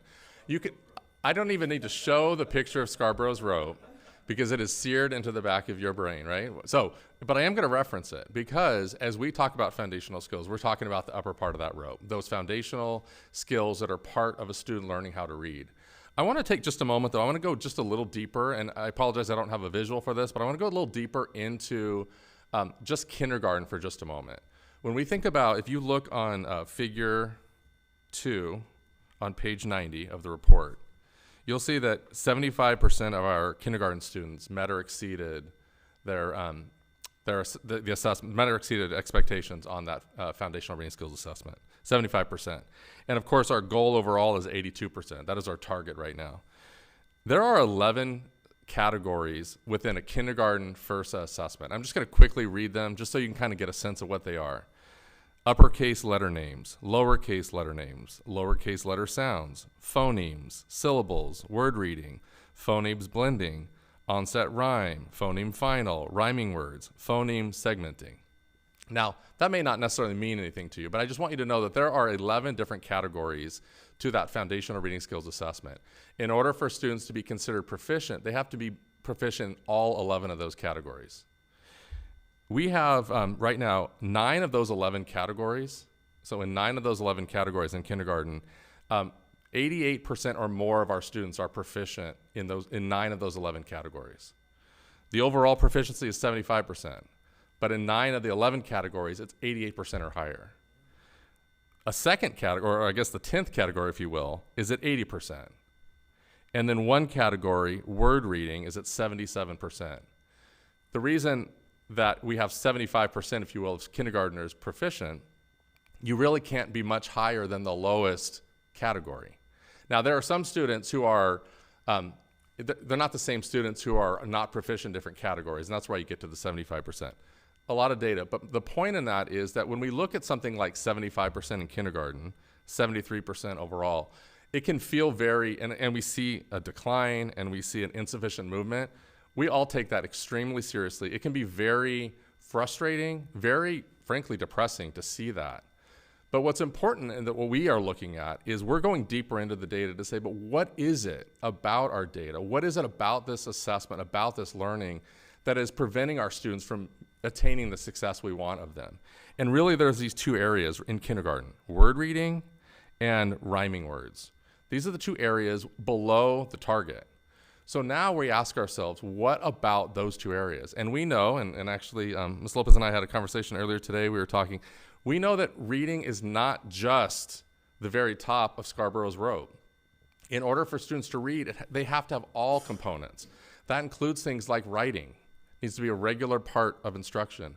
For English learners, designated ELD on a daily basis needs to be part of that. And the blending, the reason that rope is what it is it's all of these components coming together. Now, we've done a very intentional job with in particular, our elementary primary teachers, K2, over the last several years, to really get clear on what it means to do the daily decoding routines. that is really, most of these categories, most of these sections that I mentioned, is grounded in what they do in daily decoding routines. Where we need to get increasingly better at, and you saw this in some of the responses to some of the questions you asked, is bringing all of those components into a daily lesson. Students have to be grounded in text, connected text. They have to be writing. Students are not going to learn to read just from daily decoding routines, but we have spent significant time intentionally to ensure that our teachers were very skilled at that. And when we look at the categories within the FIRSA assessment, where our students are doing well, they're doing well in those categories that our teachers have been trained in and are becoming experts in. The next step then is, how do we ensure that those other two areas in this particular assessment, word reading and rhyming words, where do we bring that into play? And that is through that connected text, reading in not just sounds and letters, but actually connecting it into words, connecting it into writing. Students read to write, they write to read. And so that's just an example that when we look at a data point like you see in figure 1, it can feel, again, very frustrating, and we are frustrated, and we need to be frustrated, because frustration is how we're going to push through to a breakthrough. But there are areas where our students and our teachers are doing extremely well, and I think that's just an important point I want to point out before any further questions. I hate to interrupt you, but I was really curious about how you, or at least how the district is able to decode which areas in which our students are excelling. Which program is that you're getting that? Is that the iReady? Like, I'm just curious on where you're getting. So this is actually, this FIRSA assessment, Foundation Reading Skills Assessment, is a Long Beach Unified developed assessment, but it's grounded in research-based. We've had it in our district for many years. This is an assessment that our teachers actually give one-on-one with students. And they record as they're asking different questions and going through they're actually recording on individual sheets for each student. And then they go in and they input that data by hand into our Elroy system, which is our kind of our homegrown data system. Okay. And then what I'm looking at right here is a report that was pulled into Power BI, which you've heard us talk about that. But it actually, we can break it down at the individual component level of FIRSA. We can break it down by school, by teacher, by student. And that's what our schools use. As you'll recall when we were at Orpeza, the data, we look at big data here. Yeah. But big data here doesn't always tell the story. As I just shared, the story is not that our students in kindergarten are failing in reading. Yeah. The story in kindergarten is that we have two areas where our students are not performing at the same level as they are in all the other areas. And our job then is to say, well, why not? And what are we going to do about that? And that's really has been our conversation through the spring. And we'll be continued our conversation with our principals and our teachers when they return in August to say, what about those areas do we need to do better in? What are we missing in our instruction in those two areas specifically? Wow. Yes, please. Is this question time? Yeah. So first, a technical question that we'll get at the strategic question, Mr. Moskowitz.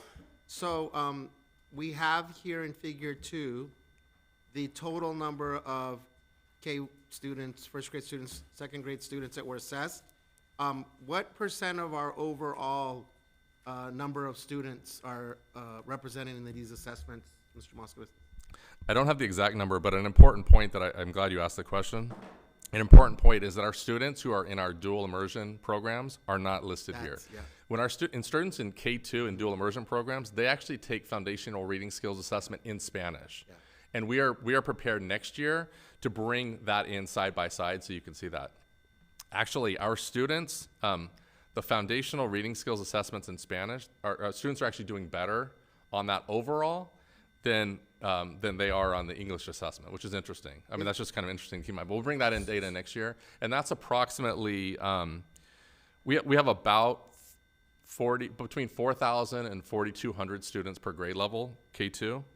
So looking at that, you can see where there would be probably about 600 or so students that have taken the Spanish FIRSA because they're in a dual language program. You would deduce that that's probably the largest subgroup of students that are not represented in this assessment?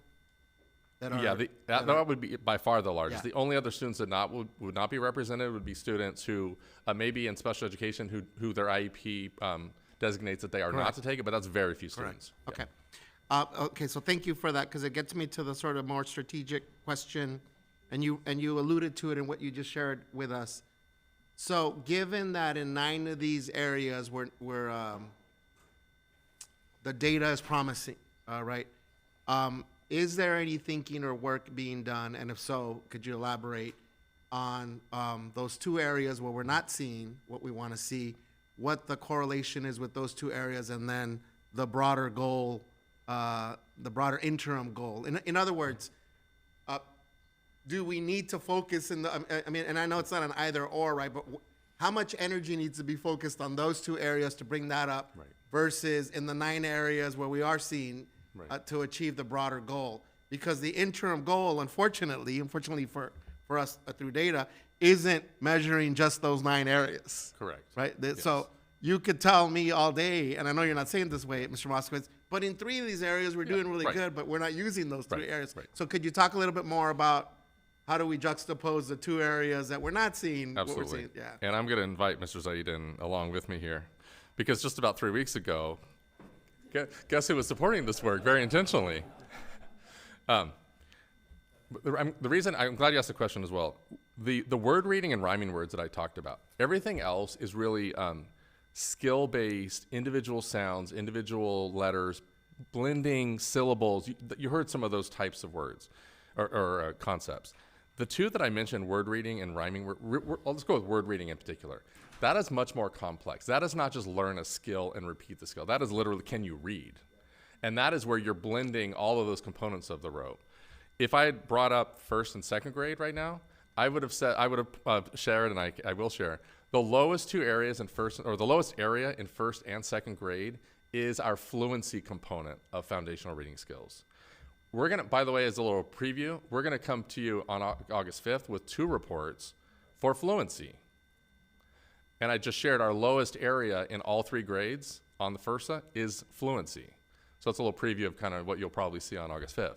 So the question is really, how do we get our students to read more fluently? And that is not a simple thing. That is not just go over some letters and sounds on the rug with them. You need those foundational components to be able to get students to read. That's how you break the code for them. But ultimately, the only way you get more fluent readers is by having students reading more frequently. Reading in their level text, reading at their instructional level, getting individualized small group instruction at their instructional level. Again, English language development for an English learner, writing, because a lot of students, all of us, learn to read better when we're actually writing. To encode and decode, it's kind of the reverse relationship with one another. So it's much more complex, which is why those areas are the lowest. So what we already know and what you've seen throughout the report is that where we're headed is beyond the isolated skill that our teachers have done very well with. We asked them to, and they have. But to get into how do we bring all of the components of Scarborough's rope, all the components of reading and language together. And that is our next step. We're already prepared to move that into next year, and that's where we'll be headed.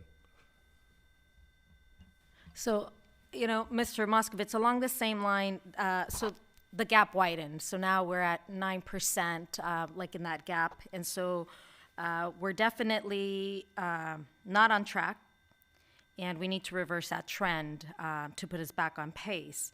So we did talk earlier about that writing, and I think it's important that we do understand that there is a need in the district to start placing an emphasis in writing, because there is a clear focus in reading, and reading is important, but as we spoke earlier, right, when there is writing, kids are also learning how to put words together. And so I think that seeing that what we're doing is not producing the results that we want, and in fact, we decreased 2% this year. I think we need to shift focus. And I think that in order to help get us back on pace, we might need to really consider placing an emphasis in that writing piece. Yeah, thank you. Yeah, you're right. That was a good conversation we had earlier. I think it's less shifting focus and it's more layering on the next piece. What we don't want is we don't want our teachers to stop the great things they've been doing. But now the question is, and this is true, this is frankly true with anytime you're doing professional development with teachers, or any adult, frankly, it could be in any profession. There's only so much that anyone can take in and practice and implement at any one time. Our teachers have done exactly what we asked them to do, and we see the results of that. We actually see some positive outcomes in these foundational components. And we'll talk more later about fluency, because I think fluency is something that is worth our collective understanding. It's interesting, when we spent more time this last year on fluency than we have in recent years, and our fluency results went down a little bit. It's our conjecture, and we're looking at the data, in real time. Our conjecture is not because our students can't read, or they're reading less effectively than they were, less proficiently than they were last year. But the way our teachers are assessing fluency, they're being much more precise. And again, we'll talk more later about what fluency, all that it entails. But we think it's a way that our teachers are assessing fluency and not necessarily our students' ability to read. Again, that's kind of something we'll tease out.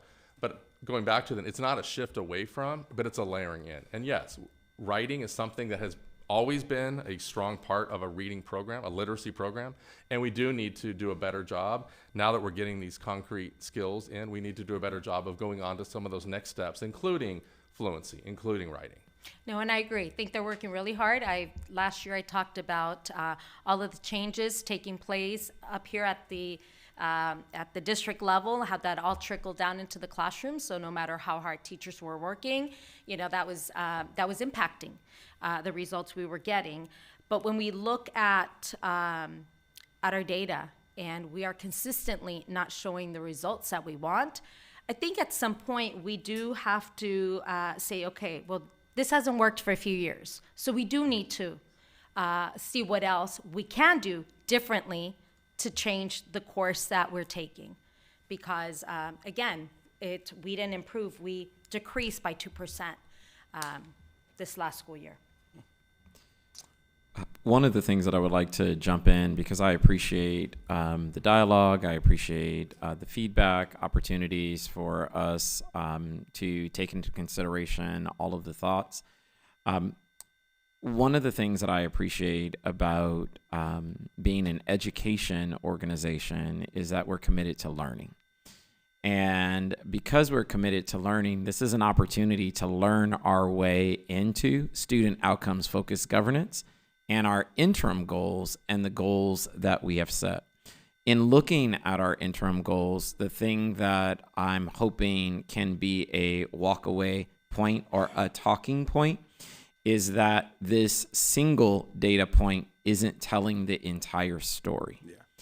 What we want you to hear is that we do have educators working extremely hard, and there are 11 components that braid together. And what we're saying is we want to see, once it is braided together, once you get this far down the track, that is the point that we want to take a look at. And when we go to our data, you can see that we have our lowest area is at 77%, but we have areas that are at 92%. Yeah. But that is not making its way into the conversation. Yeah. And so it sounds as if the only answer is work harder.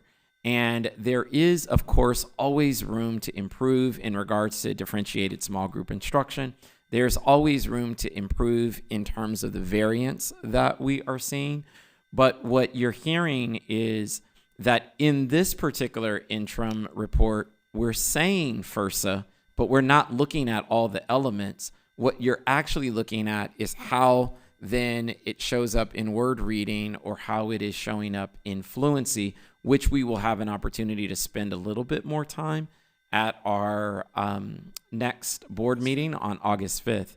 The question here with this particular report is we want to acknowledge that we have, yes, made insufficient movement towards our target, but we also want to interrogate a little bit more the data points that we're looking at. Yeah. Because even when we look at fluency, which has been much of a focus, the way we're assessing fluency is words per minute.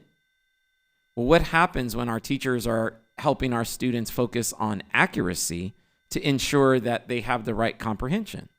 What happens when our students are focused on expression, which also supports comprehension and supports their ability to write. And even writing is an indication of how these skills are coming together for our students.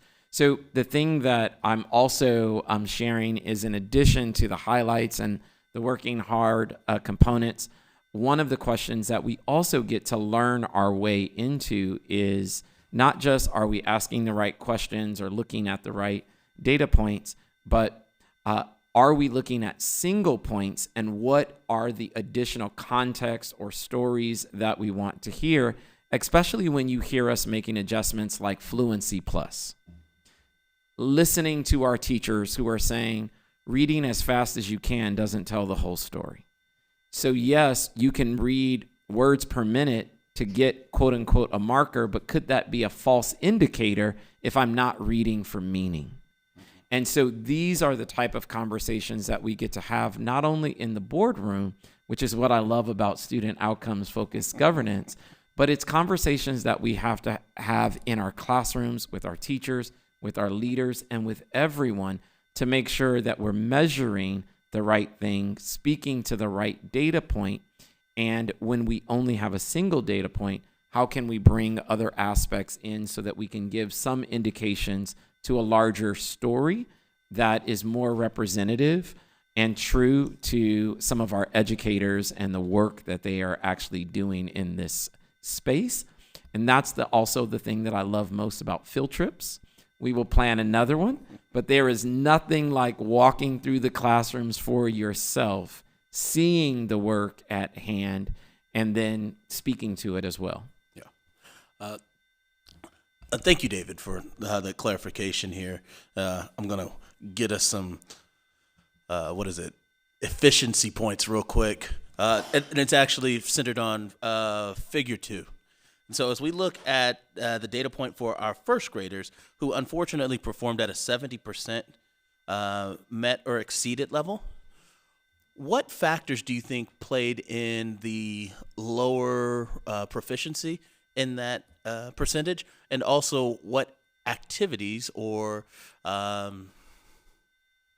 changes are you looking to add to support our first graders?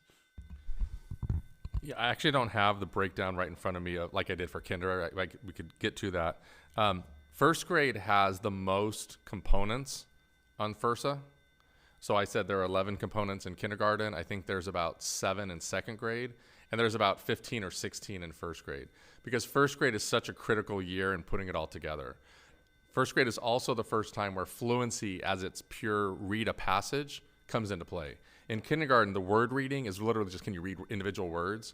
In first grade, it's the first time they have to fluently read an entire passage. And so that fluency piece in first grade is incredibly important as well. When we come back in August, we can talk a little bit more about how fluency comes into play, and I can give you some breakdown by grade level, and you'll actually see it on the report. But that is the area. Again, more areas. When you have more areas that you're assessing, you increase the likelihood that a student might fall off track in any of the areas. And what this FIRSA data is showing us is percent of students that are on track in all areas. So when you increase the number of components, you increase the potential for them to be off track. But the lowest area in first grade is the fluency component.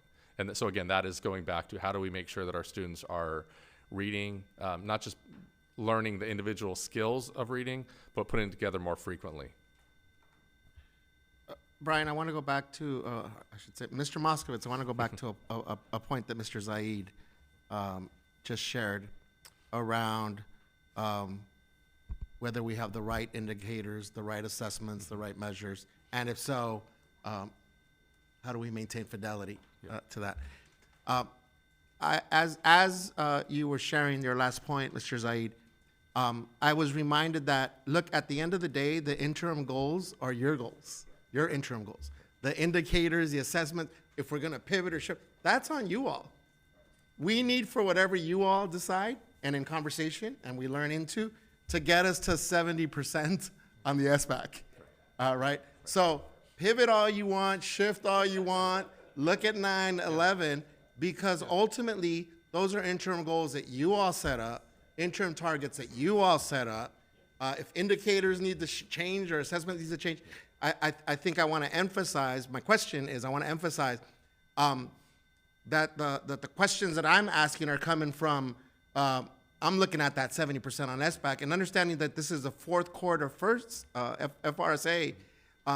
Are we seeing or did we notice, because we don't have the data, but again, this is your interim goal, a variance across where, and I'll just use the first grade example to blunt, whether it's kindergarten, first grade, kindergarten, you're just starting school, so in that first quarter assessment. But are we seeing variance either up or down or trending up because this is the fourth quarter assessment, right? SBAC is end of the year as well. So can you talk a little bit about that? Because again, we can do all the tweaking to get to that 2028, but we're looking at SBAC. Right. Yeah. Yeah. So historically, and I could go back we could actually pull all the reports we've done for 1A this year, but historically the Q4 FIRSA is always higher than each of the Q1, 2, 3, 4. Students they're continuing to build their skill. Teachers are, as they're seeing students who are off track, that's who they're focusing in on in small group instruction and intervention. So it's almost always true that the Q4 data in FIRSA is higher than Qs 1 through 3, and it does kind of build. So that's definitely true. Something else you said, though, I think that as we're looking at the data and we're thinking about what are those components, this was actually interesting. I don't know which board member asked this. One of the things I appreciate about board questions that we get is sometimes it actually makes us look at something differently than we necessarily were doing so. So one of the questions was asking about cohort data. And we weren't totally sure what the question was intending, but we did, and you saw in our response, is our research team, research and student outcomes team, looked at students who had been with us kinder, first, and second. And how did those students do on the same assessment in second grade? And interestingly, across all three grades, when they were in kindergarten, when they were in first, and when they were in second, they were about 5% higher than the overall averages that you're seeing.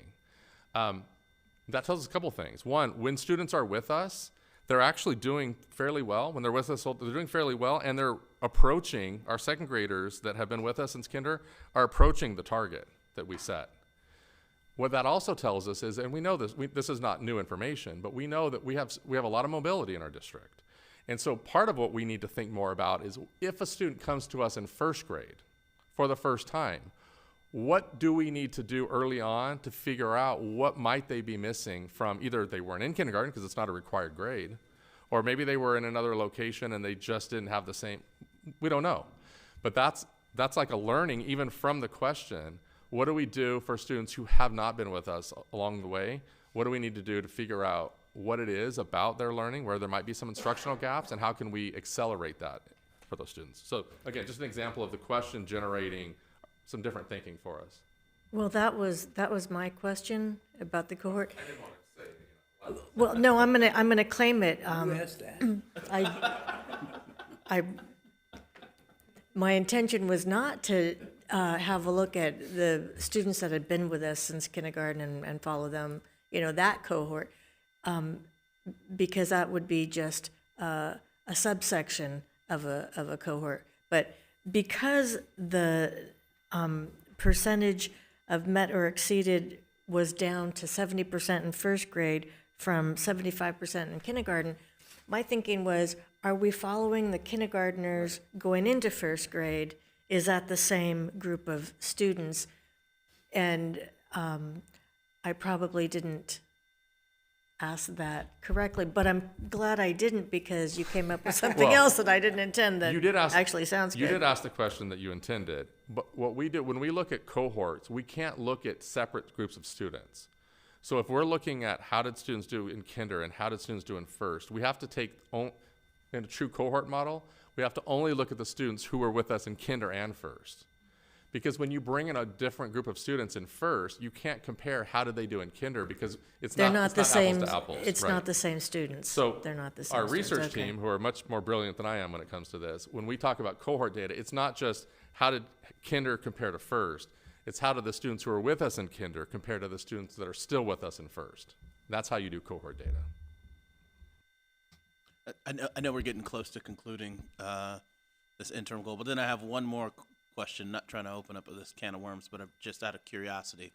Let's just say there was a community member who has a child with special needs who happens to be in the 2nd grade but is working on their reading skills. If that child was currently not part of the current assessment group, but is improving in their reading skills, is there a way that they could transition into this group of students that are being captured? Yes, that's an IEP team discussion and decision. So when you're having the IEP or the community members having the IEP, you're talking about the student's progress and how they're going to be assessed. So that is all discussed at the IEP team. Okay. So to be clear, this is something that a community member should advocate for during their IEP meeting. Great. Just a quick question. Which student groups were the furthest away from meeting the goal? I don't have that data in front of me. We do have that data. We do look at that data. In particular, our at the school level, our teachers and our students, our teachers and our principals are looking at that data to determine which students need more support. Is there a specific subgroup you're seeking? Are you talking ethnicity? Are you talking? Yeah, I think you've been in every meeting. I ask for that particular data every time we come up with interim goals or goals, and I think that's important because at some point we have to engage in conversation as to, which subgroups are, meeting goals and which are not, and what we need to do. And so when we bring them all together, it's great. However, there is huge value in breaking down those subgroups, and I know that information is can be accessed quickly, and so I'm going to ask that this coming school year, as we are presenting we're going over our interim goals, that we do have that data available to us, because I think we need to engage in conversation as to if there are certain subgroups that are not making that progress we want them to make, then let's talk about it, and let's talk about what we can do to support all of our groups. Yeah, I understand, and we've had this. I know we've had this conversation. I'll ask Ms. Craighead and Mr. Miller next time we're on our SOFG meeting with our coach, Greg Klein, if we can kind of bring that question back. I know we've kind of grappled with that before. The guidance we have been given is because the interim goal is not an interim goal about subgroup performance, but an overall. That's why we create the reports the way we do. But I think it's worth a continued conversation to see what might be the advisement on something like that when a goal isn't necessarily specific to demographics. I understand what our coaches are advising. We are paying them. They are working for us. I am asking, as a board member, to have that data available to us as a board. At least to me, I'd like to see where our subgroups are. And so I am asking for that data to be readily available when we are talking about our interim goals, please. Okay, so I think we're at the point where we can vote to accept this monitoring report. I move to accept the monitoring report. Second. Any discussion? All in favor? Aye. Aye. Any opposed? Any abstentions? And our student board member with her first preferential vote. Aye. And Ms. Castillo, I can promise you that for the next reports, you will get these a couple weeks ahead of time so you can review them. Thank you. And so that passes 5-0 with a preferential vote from our newly seated student board member. And next on the agenda, we have student outcome focused governance, quarterly board self-evaluation, and I will hand it over to Dr. Benitez. Thank you, President Craighead. So in the interest of time and efficiency, I asked if I confirmed that each of our board packets would contain both the rubric that we're using, but also where we left off at the last quarterly assessment. It's done that. So rather than go column by column, what I'd like to do is have round by round each of us share whether they agree or not that we are either at the same column where we were last time, and if you don't think we are, to share whether you think we've moved up or gone down, and that way we don't have to go one by one, score by score. But if there is a difference of opinion on where we're at this time around with this quarterly assessment, that then we would focus our conversation and discussions there. So if we go by where we left off at the last quarterly assessment, we were in that first under vision and goals, we were at meeting student outcomes focus with a score of 25 out of 25 possible there.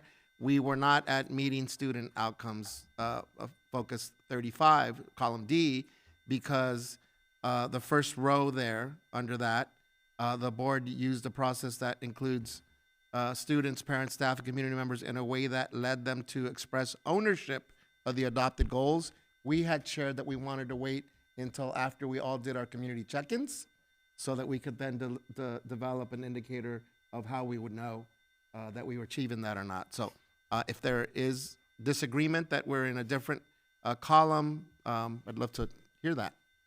I just want to make one clarification. I think you said meeting student outcomes, yes. but you meant to say mastering. Correct. Okay. Yes, sorry. So No column, problem. I'm sorry, column C is meeting, column D is mastering, correct.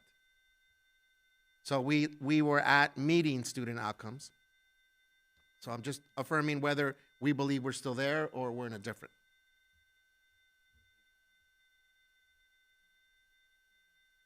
Okay. So we're in agreement that we're not yet at mastering. Okay. So we're at 25 there then. I'll move on to the next one. Before you go Yes. on, I just want to uplift the key next steps. I don't know who added that to the rubric, but I think it's very helpful. Yes, so the key next steps would be to continue and strengthen our community engagement sessions in order to eventually determine that the community, in accordance with this, expresses ownership of the goals. And again, just reminding us that we had a previous conversation that we would look back at that after all of us had our community check-in meetings. Yeah, Thank you. I just thought it was very helpful to have these next steps with the rubric. Yep. Okay, so I'm going to move on to the next one under values and guardrails. So where we left off at the last quarterly assessment was that we were at meeting student outcomes focus, which gave us 10 points. We were not yet at mastering student outcomes focused, and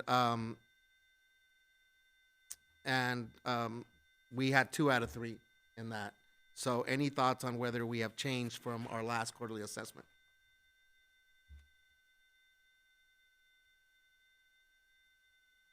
Everyone confirm that we think we're still at the same place? Maria, did you have input? Well, I don't even think we're there. I'm reading that the board has considered adoption of one or more theories of action to drive the school system's overall strategic direction. Yeah, we did that, and we were. Can we refresh my memory what we did Sure. at that time? So we were presented with a theory of action, and by being presented with it and considering it, whether we chose to adopt it or not, and we didn't choose to adopt it, that fulfilled that. So long as it was presented, we fulfilled it. Correct. All right. That was as per our coach.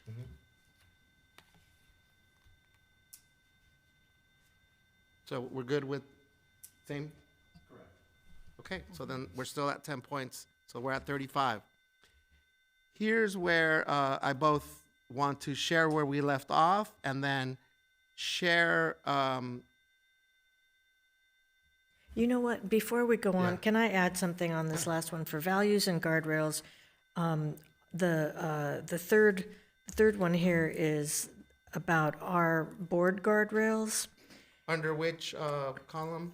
Mastering student outcomes. And I think we're missing the mark only because we haven't had the opportunity to evaluate our guardrails yet because they were recently adopted. And so I'm wondering if we should add evaluating the guardrails in with our next board self-evaluation so that we do take care of that, and then we can. I'm good with that. Okay. Yeah, then that way we can get credit for that. Right. Yep. Right, okay. Thank you. So next area is monitoring and accountability. So a big aspect of this, and we were at meeting student outcomes. We gave ourselves 20 points for that. But a big component of that falls under the row where 26. So how much time we're investing in monitoring goals. We had been investing over 25% time. What our coaches shared with us this time is that we're actually under 10%. And so I want to be able to speak to that a little bit.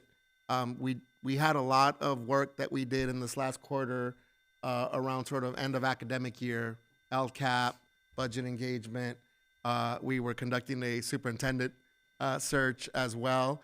So I don't think that the last quarter reflects that we've deviated away from this model, but more that we had some pressing priorities. And so I don't think we'll have an issue moving forward with coming back to having more percent of our time being focused on monitoring. If I can add to that, when we were with Mr. Klein the other day, he also reminded us, in the way our monitoring calendar worked, that the last 2 or 3 monitoring reports were interim guardrails. That's right. And the interim guardrail Those discussions don't count towards Right. this. So it was kind of a combination of a lot of conversation about other end of year type of things, and where we were talking SOFG, it was guardrails and not goals. Correct. And we had a sub-conversation in our superintendent advisory meeting that, again, I don't feel that we've deviated from it. Just the calendaring of it didn't reflect that in the last 3 months. So because this is new information to my colleagues here, I just wanted to share that this last quarter we were under 10% per coaches providing that information. So unfortunately, from the rubric, that puts us at 0 points that we're not outcomes focused, because that second column, approaching student outcomes focus, requires that the board spends 10% of our time monitoring our goals.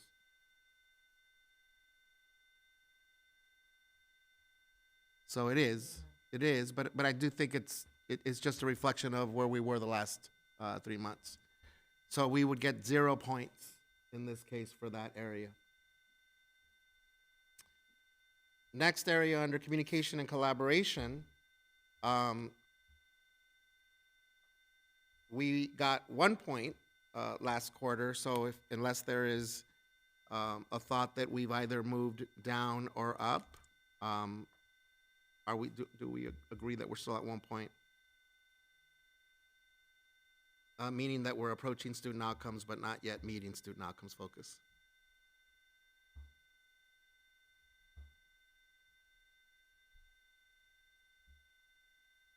So under key next steps, there are a couple of things there that can get us back to moving in that direction.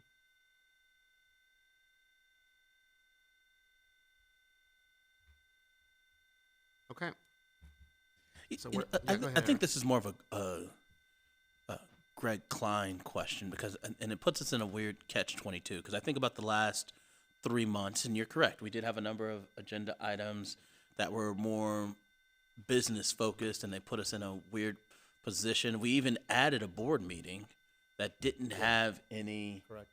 The superintendent. Yeah, it was a superintendent swearing in meeting. But all things considered, we still fell short of being able to reduce the amount of items on our board agenda.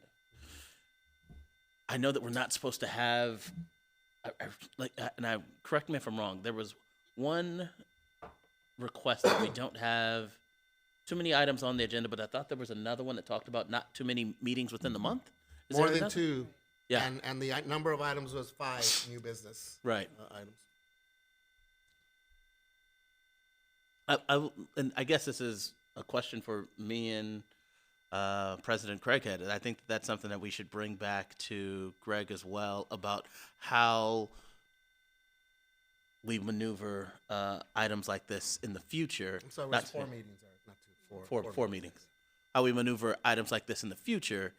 Obviously, we have no intentions on doing another super search, but who knows what items can come on the agenda or need to be addressed. And so I'd be curious on how to move forward while still or the strategies to move forward and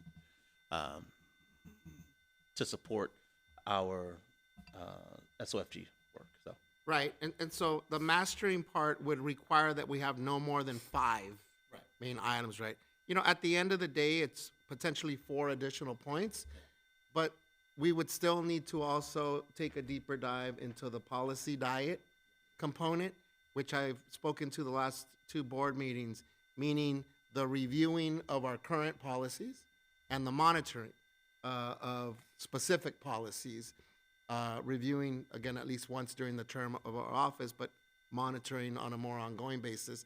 That's going to require a little bit more extensive work. We had a brief conversation with Jeff today on potential conversation for the future of determining which policies are more operational, which policies are more governance, and because we're not going to be able to monitor and review 100 policies at any given time. So there is an upcoming meeting with the SOFG team and Jeff, and I'm hoping that out of that meeting, at the latest, in our August, by our August meeting date, that we have an update on what are some potential next steps that we can work on either September or October.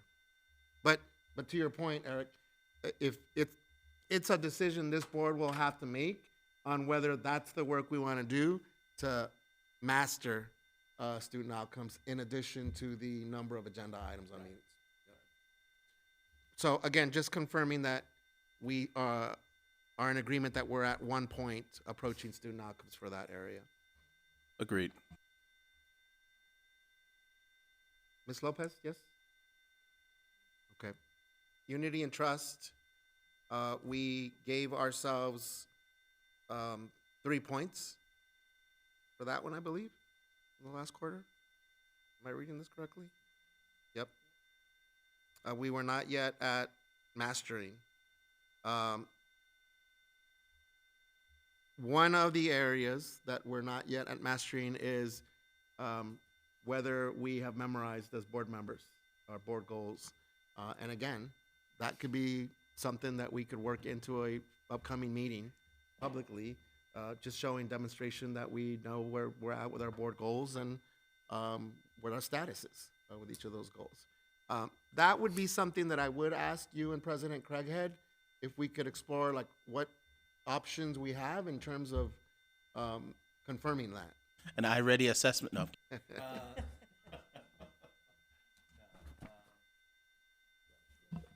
For me, when I read that, the first thing that came to mind would be the orchestration of our community check-ins. Because, at least for those that have done the community check-ins, we know at least the heightened level of detail that you need to know, at least for the responses for the community. Now, does that clearly orchestrate mastery of our 4 board goals? I don't know, but I do look at that as an opportunity or a poignant activity that captures at least a knowledgeable understanding of them. And they've offered other suggestions, not necessarily to determine whether we have memorized them at all, or all of us. You know, I'd be the first one to say I would be hesitant to do like a quiz here on the spot of us, because that's not the intent of this. But they offered things like, hey, if you all have business cards, maybe you have the board goals written on the back of your business cards. As you're sharing the business cards on the back of them, it brings our attention back to our board goals. In our board reports, right, we have a newsletter that goes out. The board reports, they're already there. We already have things in place where we could just, on an honor system, say like, hey, what do we want to use as an indicator that we all memorize these goals?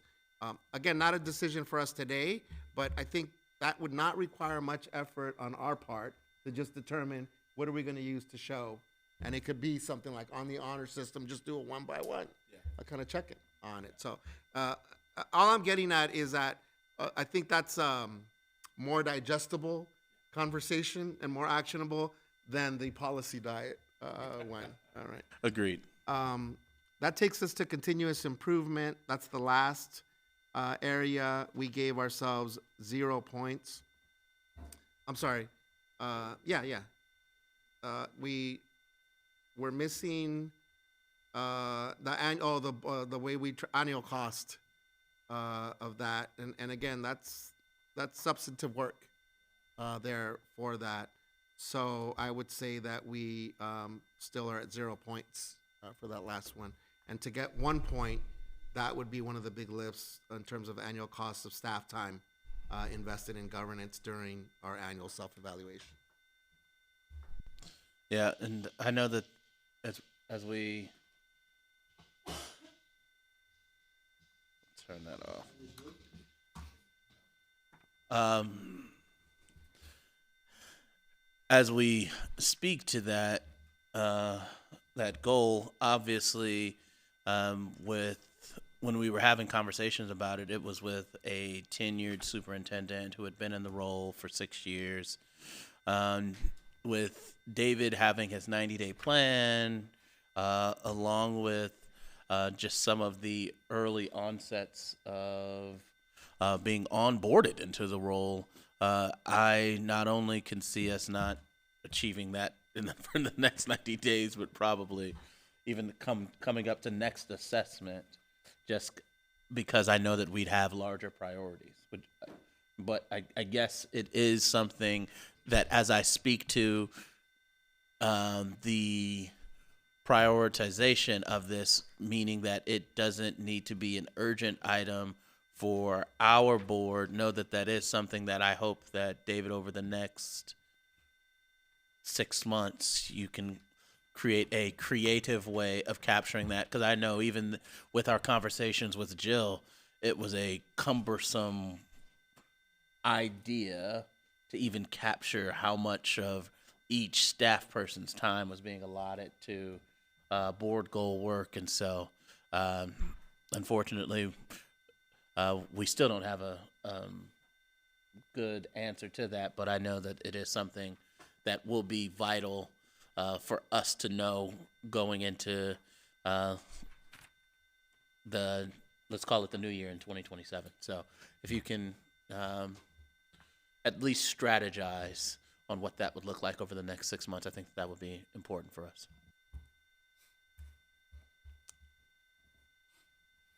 So, colleagues, I have us then, because of our reduction in points in one of the key areas, I have us at 39, if anyone's been tracking. I do. Points. Yeah, no, that's the same.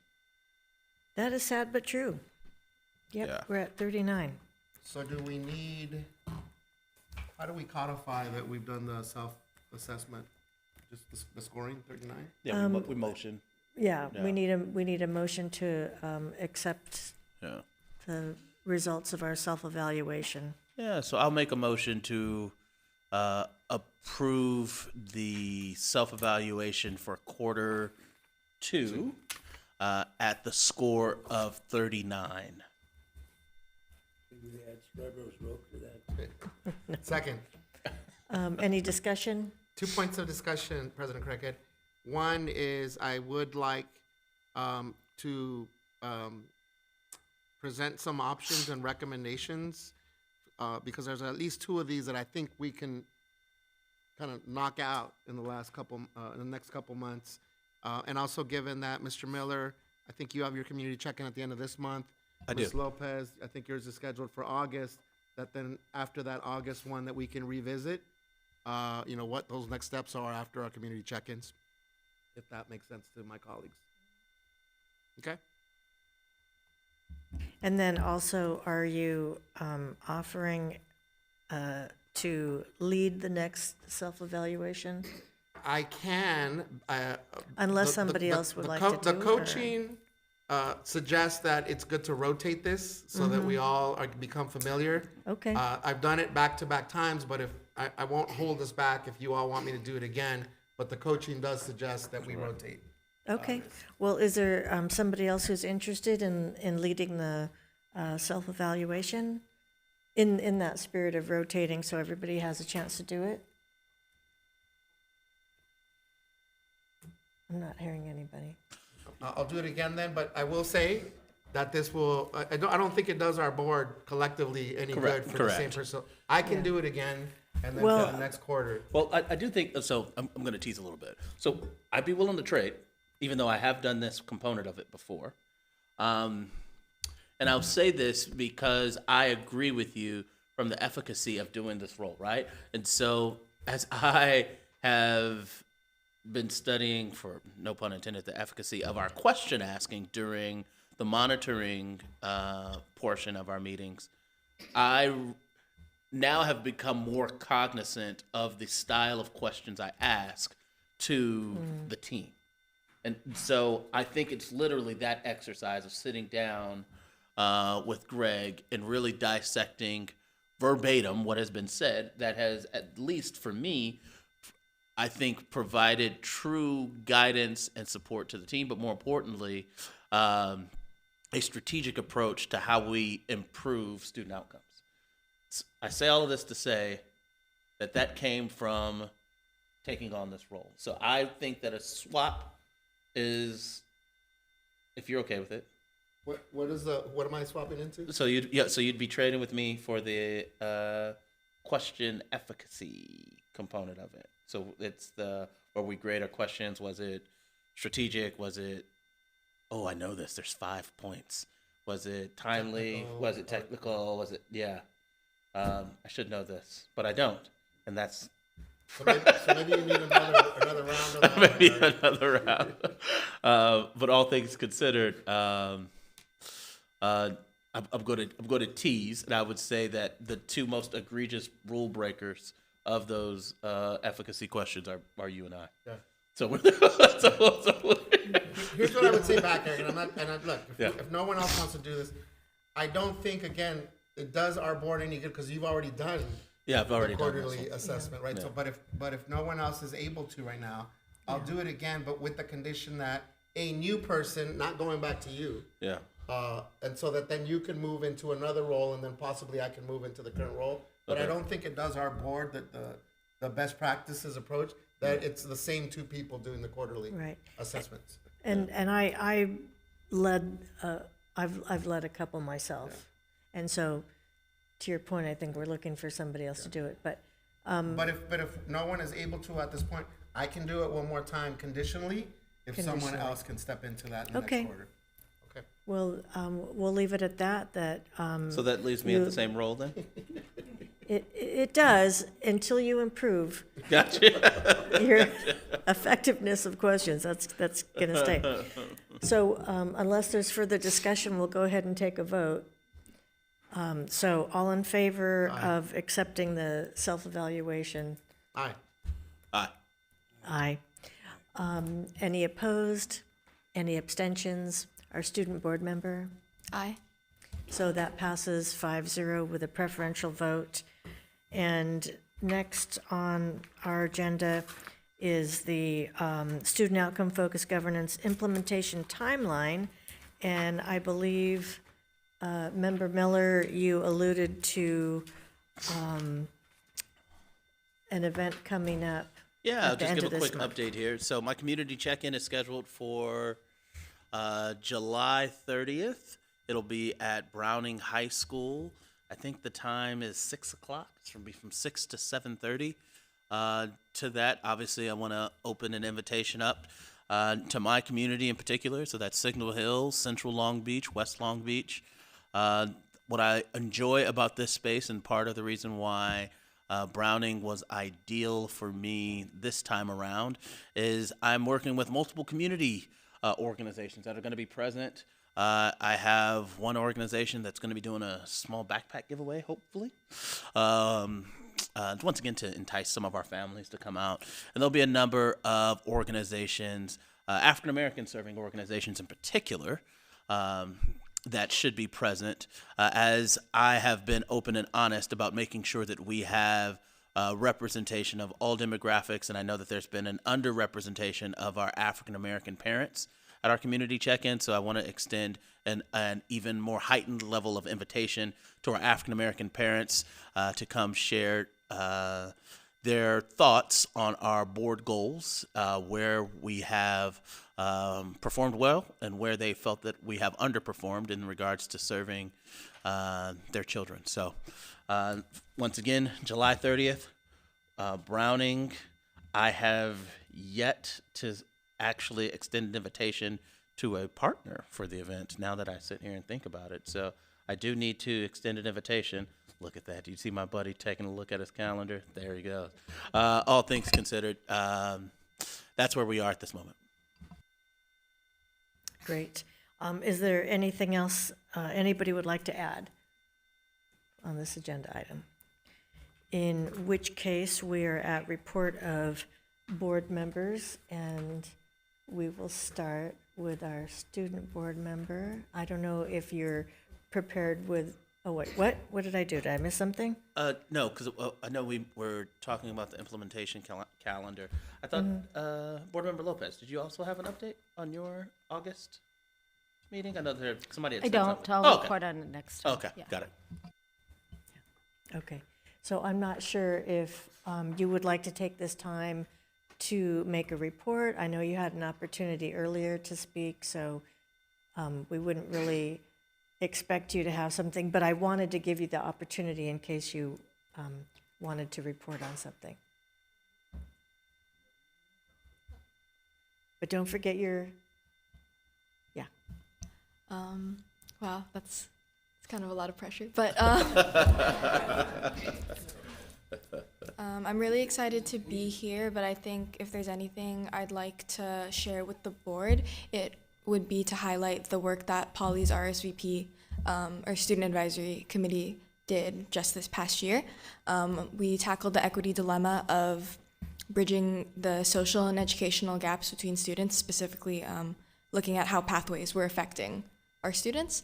And the way we did that was through collaborating with our ASB members who were on RSVP, and when we really assessed the data of the ASB events and like what students were attending, and then we even surveyed students on why they felt they were, like, if they were enticed to go or not. And the biggest thing we saw was actually in counselor communication, that being a big driver in how our students interacted on campus. So what we saw was that our PACE and CIC students were receiving significantly more communication between their counselors, from their counselors, as compared to our non-specialized pathway students. And our non-specialized pathway students said that made them feel less engaged in the community, and it made them feel less prepared for, it made them feel like they were less college ready and more disconnected from the community.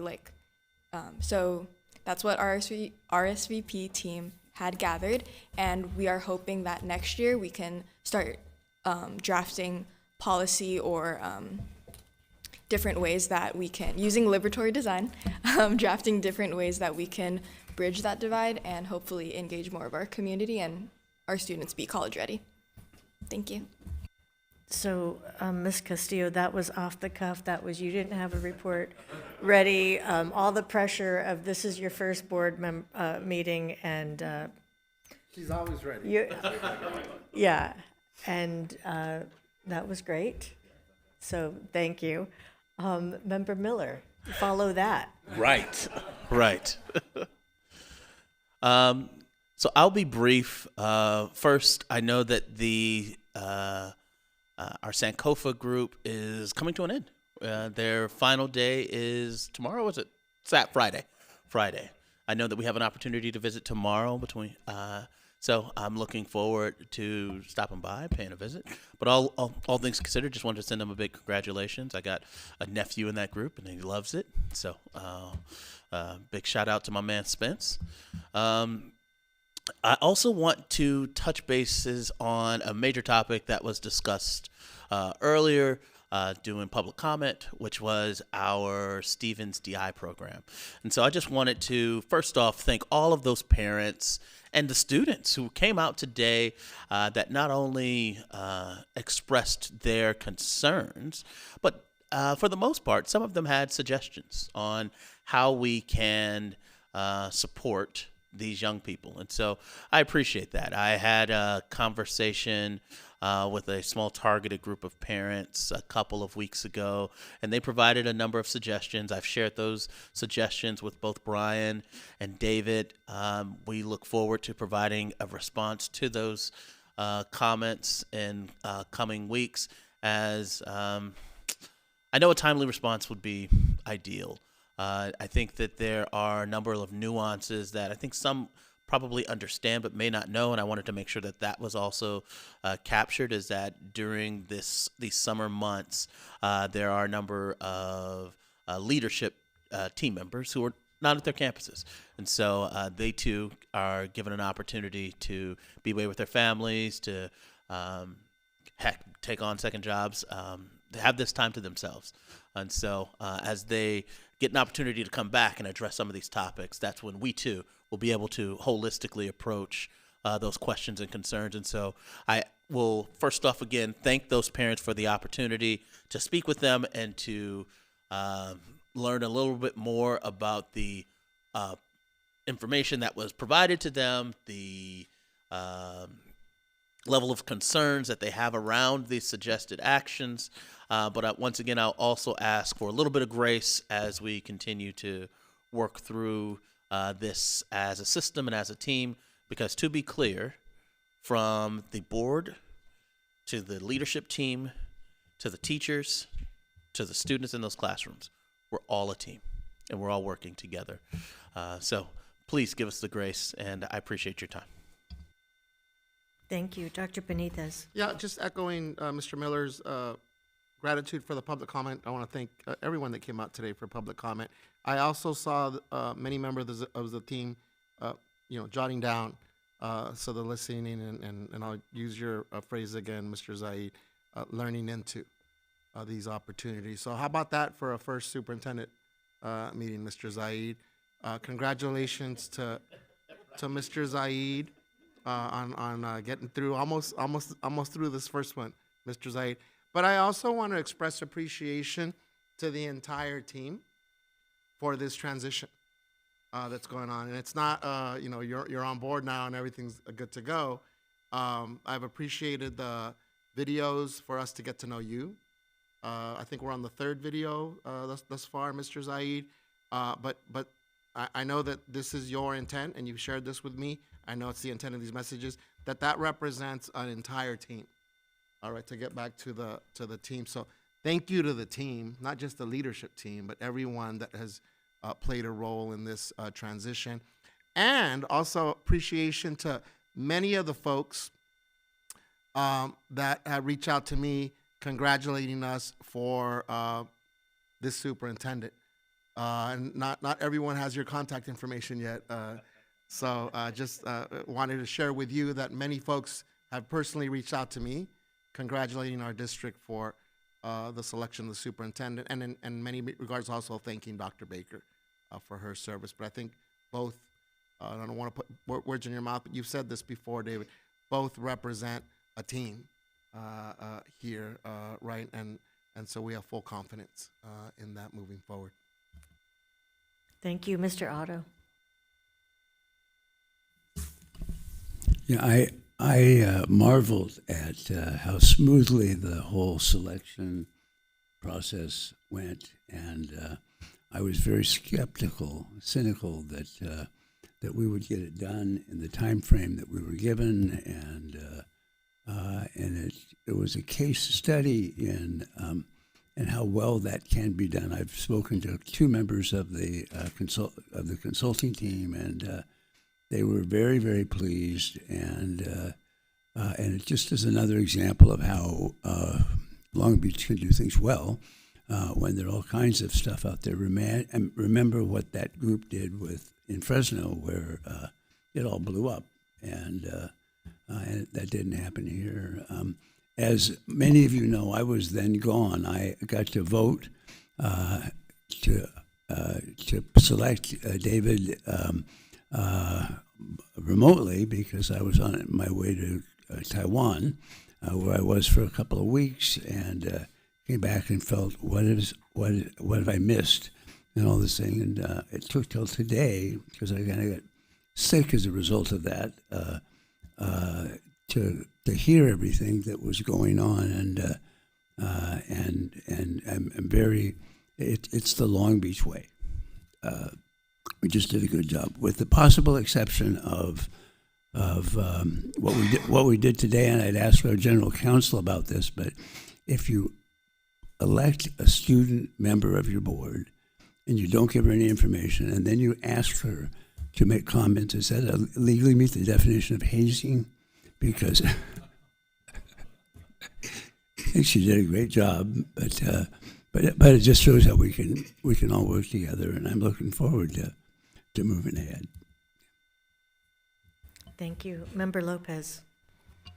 Yes, as we welcome our new superintendent, we have the opportunity to begin a new chapter for our school district, one focused on growth, on collaboration, and what matters most, student success. This is also an opportunity to build a culture of trust, of respect, and of teamwork, one where teachers, staff members, and families feel valued and empowered to share their ideas, their concerns, and their experiences. I hope our new superintendent will spend time in our schools, visiting classrooms, listening to educators, talking with students, and seeing firsthand the successes and challenges that happen every day in our classrooms. Being present in schools will help support the important work our teachers and administrators do every day. This transition also provides an opportunity to support the talented people already in our district. Dedicated educators and staff members who demonstrate excellence, leadership, and innovation should be supported with opportunities for professional growth and career advancement. Investing in our employees will not only support, but help retain talented educators and staff. Also, a renewed focus on higher education is equally important. Our students should leave our schools prepared not only for graduation, but for college, for career, and for lifelong success. By straightening partnerships with colleges and universities and expanding access to honors and AP courses at the high school level will help open doors for our students. So this is a very important moment for our district, and I hope we embrace it with a shared commitment to excellence, to transparency, accountability, and student achievement. Good luck, Mr. Zaid. Thank you. And I'll just mention something, and Mr. Miller, I thought you were going to talk about it, but the math collaborative happened. Yeah, that slipped your mind. He was only the MC for the whole event. But this is a collaboration between Long Beach Unified and Cal State Long Beach, and really, I believe I want to thank the founders, Doris Robinson and Roberta Jenkins, and so many more people who give of themselves. They give their heart. They put their heart into these young men that they offer not just guidance and mentorship, but really a lifeline. And it's not just about tutoring and math. It's actually an intensive math program for our young men of color. They teach them so much more. I know you could speak. Well, your time is up though, but you can speak so much more about what the program means to these young men. But when you see them and they have this pride and the way they hold themselves, you know they didn't come into the program like that. You know they needed not just help with math, but believing in themselves. And so we have these people like Mr. Matt Calvin who come in and spend time with them and nurture them. And so going into the program and coming out of the program looks so different. And I just want to thank everybody involved in that because it's life-changing, it's life-altering. And one of the tenets to their success is bringing back former students to speak to the current students, and also talking about their success beyond high school. And it's truly inspiring and it's wonderful. So I just want to thank everybody. And then I'll just uplift what everybody's said about our new superintendent. It is wonderful to hear from the community. Congratulations on our selection. Congratulations on our new superintendent. And that feels really good. And that's because of the reputation that you have, and that's because of how people know you. And so we know going forward, there's nothing but hope and collaboration and everything in our future. I know you've talked about your listening and learning tour. Apparently not easy for me to say, but easy for you to do, because you're going to spend the next 90 days with outreach to not just our school community, but others in the community, our city partners and our College Promise partners, everybody. So I want to thank you for that. I love that approach because, I know, don't get you started. But I love the approach of listening and learning. I think that's a sign of a good leader, is when you can listen and then act on that. So thank you. And now I'll turn it over to you for your report.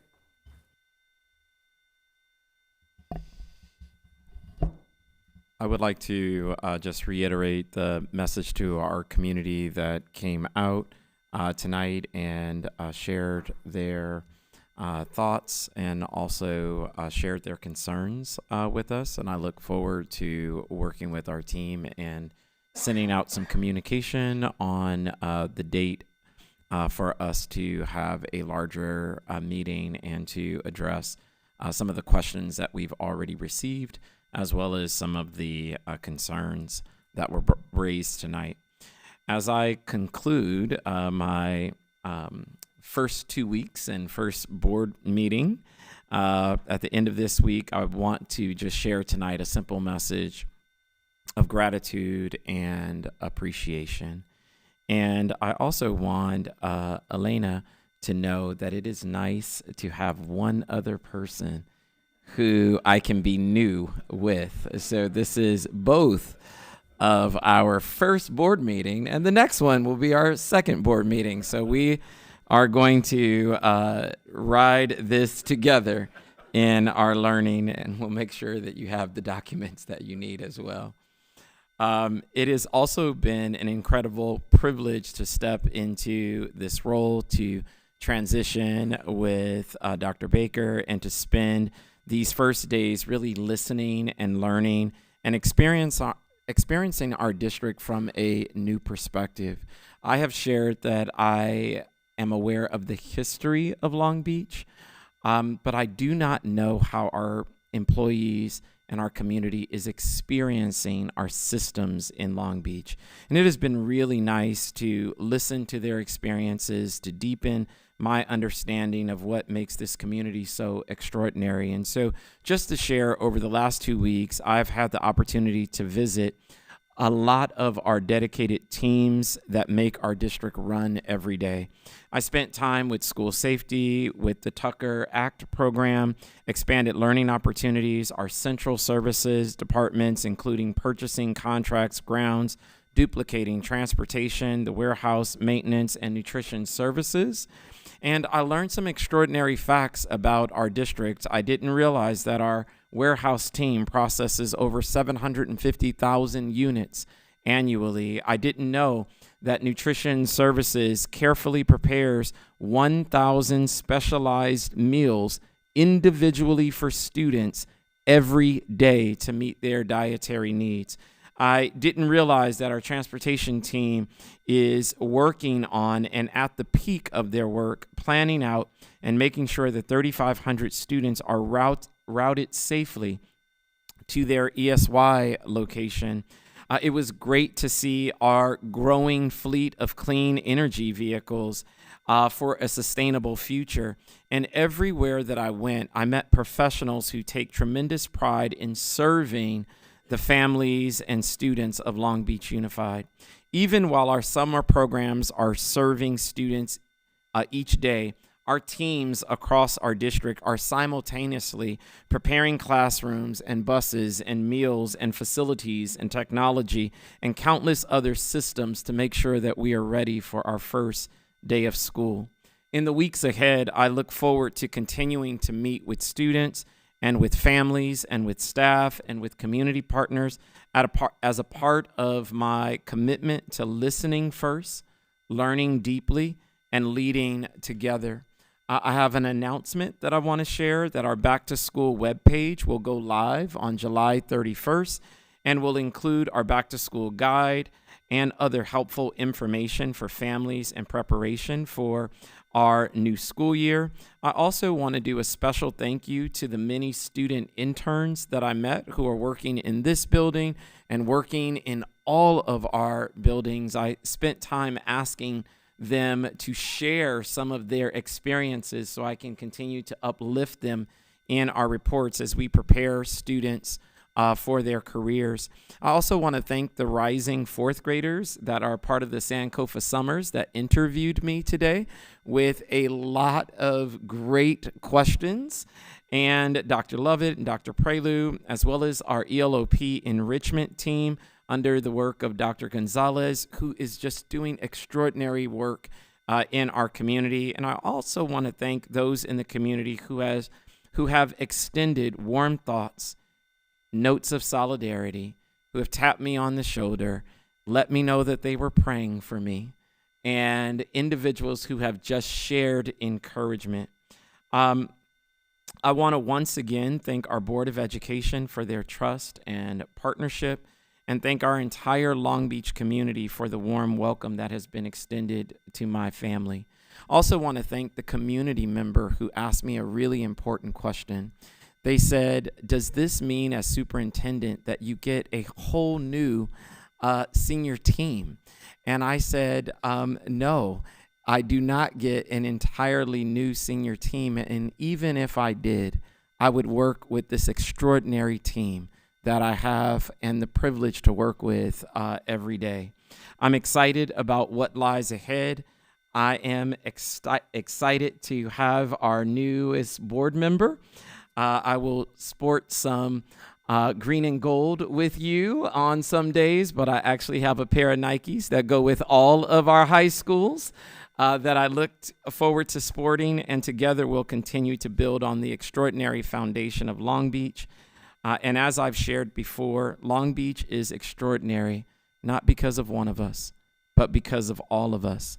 And so on tonight, I want to share a special thank you to an incredible city and an incredible opportunity because it is an honor to serve in this capacity. Thank you. Thank you. So that concludes the business of this meeting, and without objection, we'll adjourn. Thank you, everyone, for being here, and good night.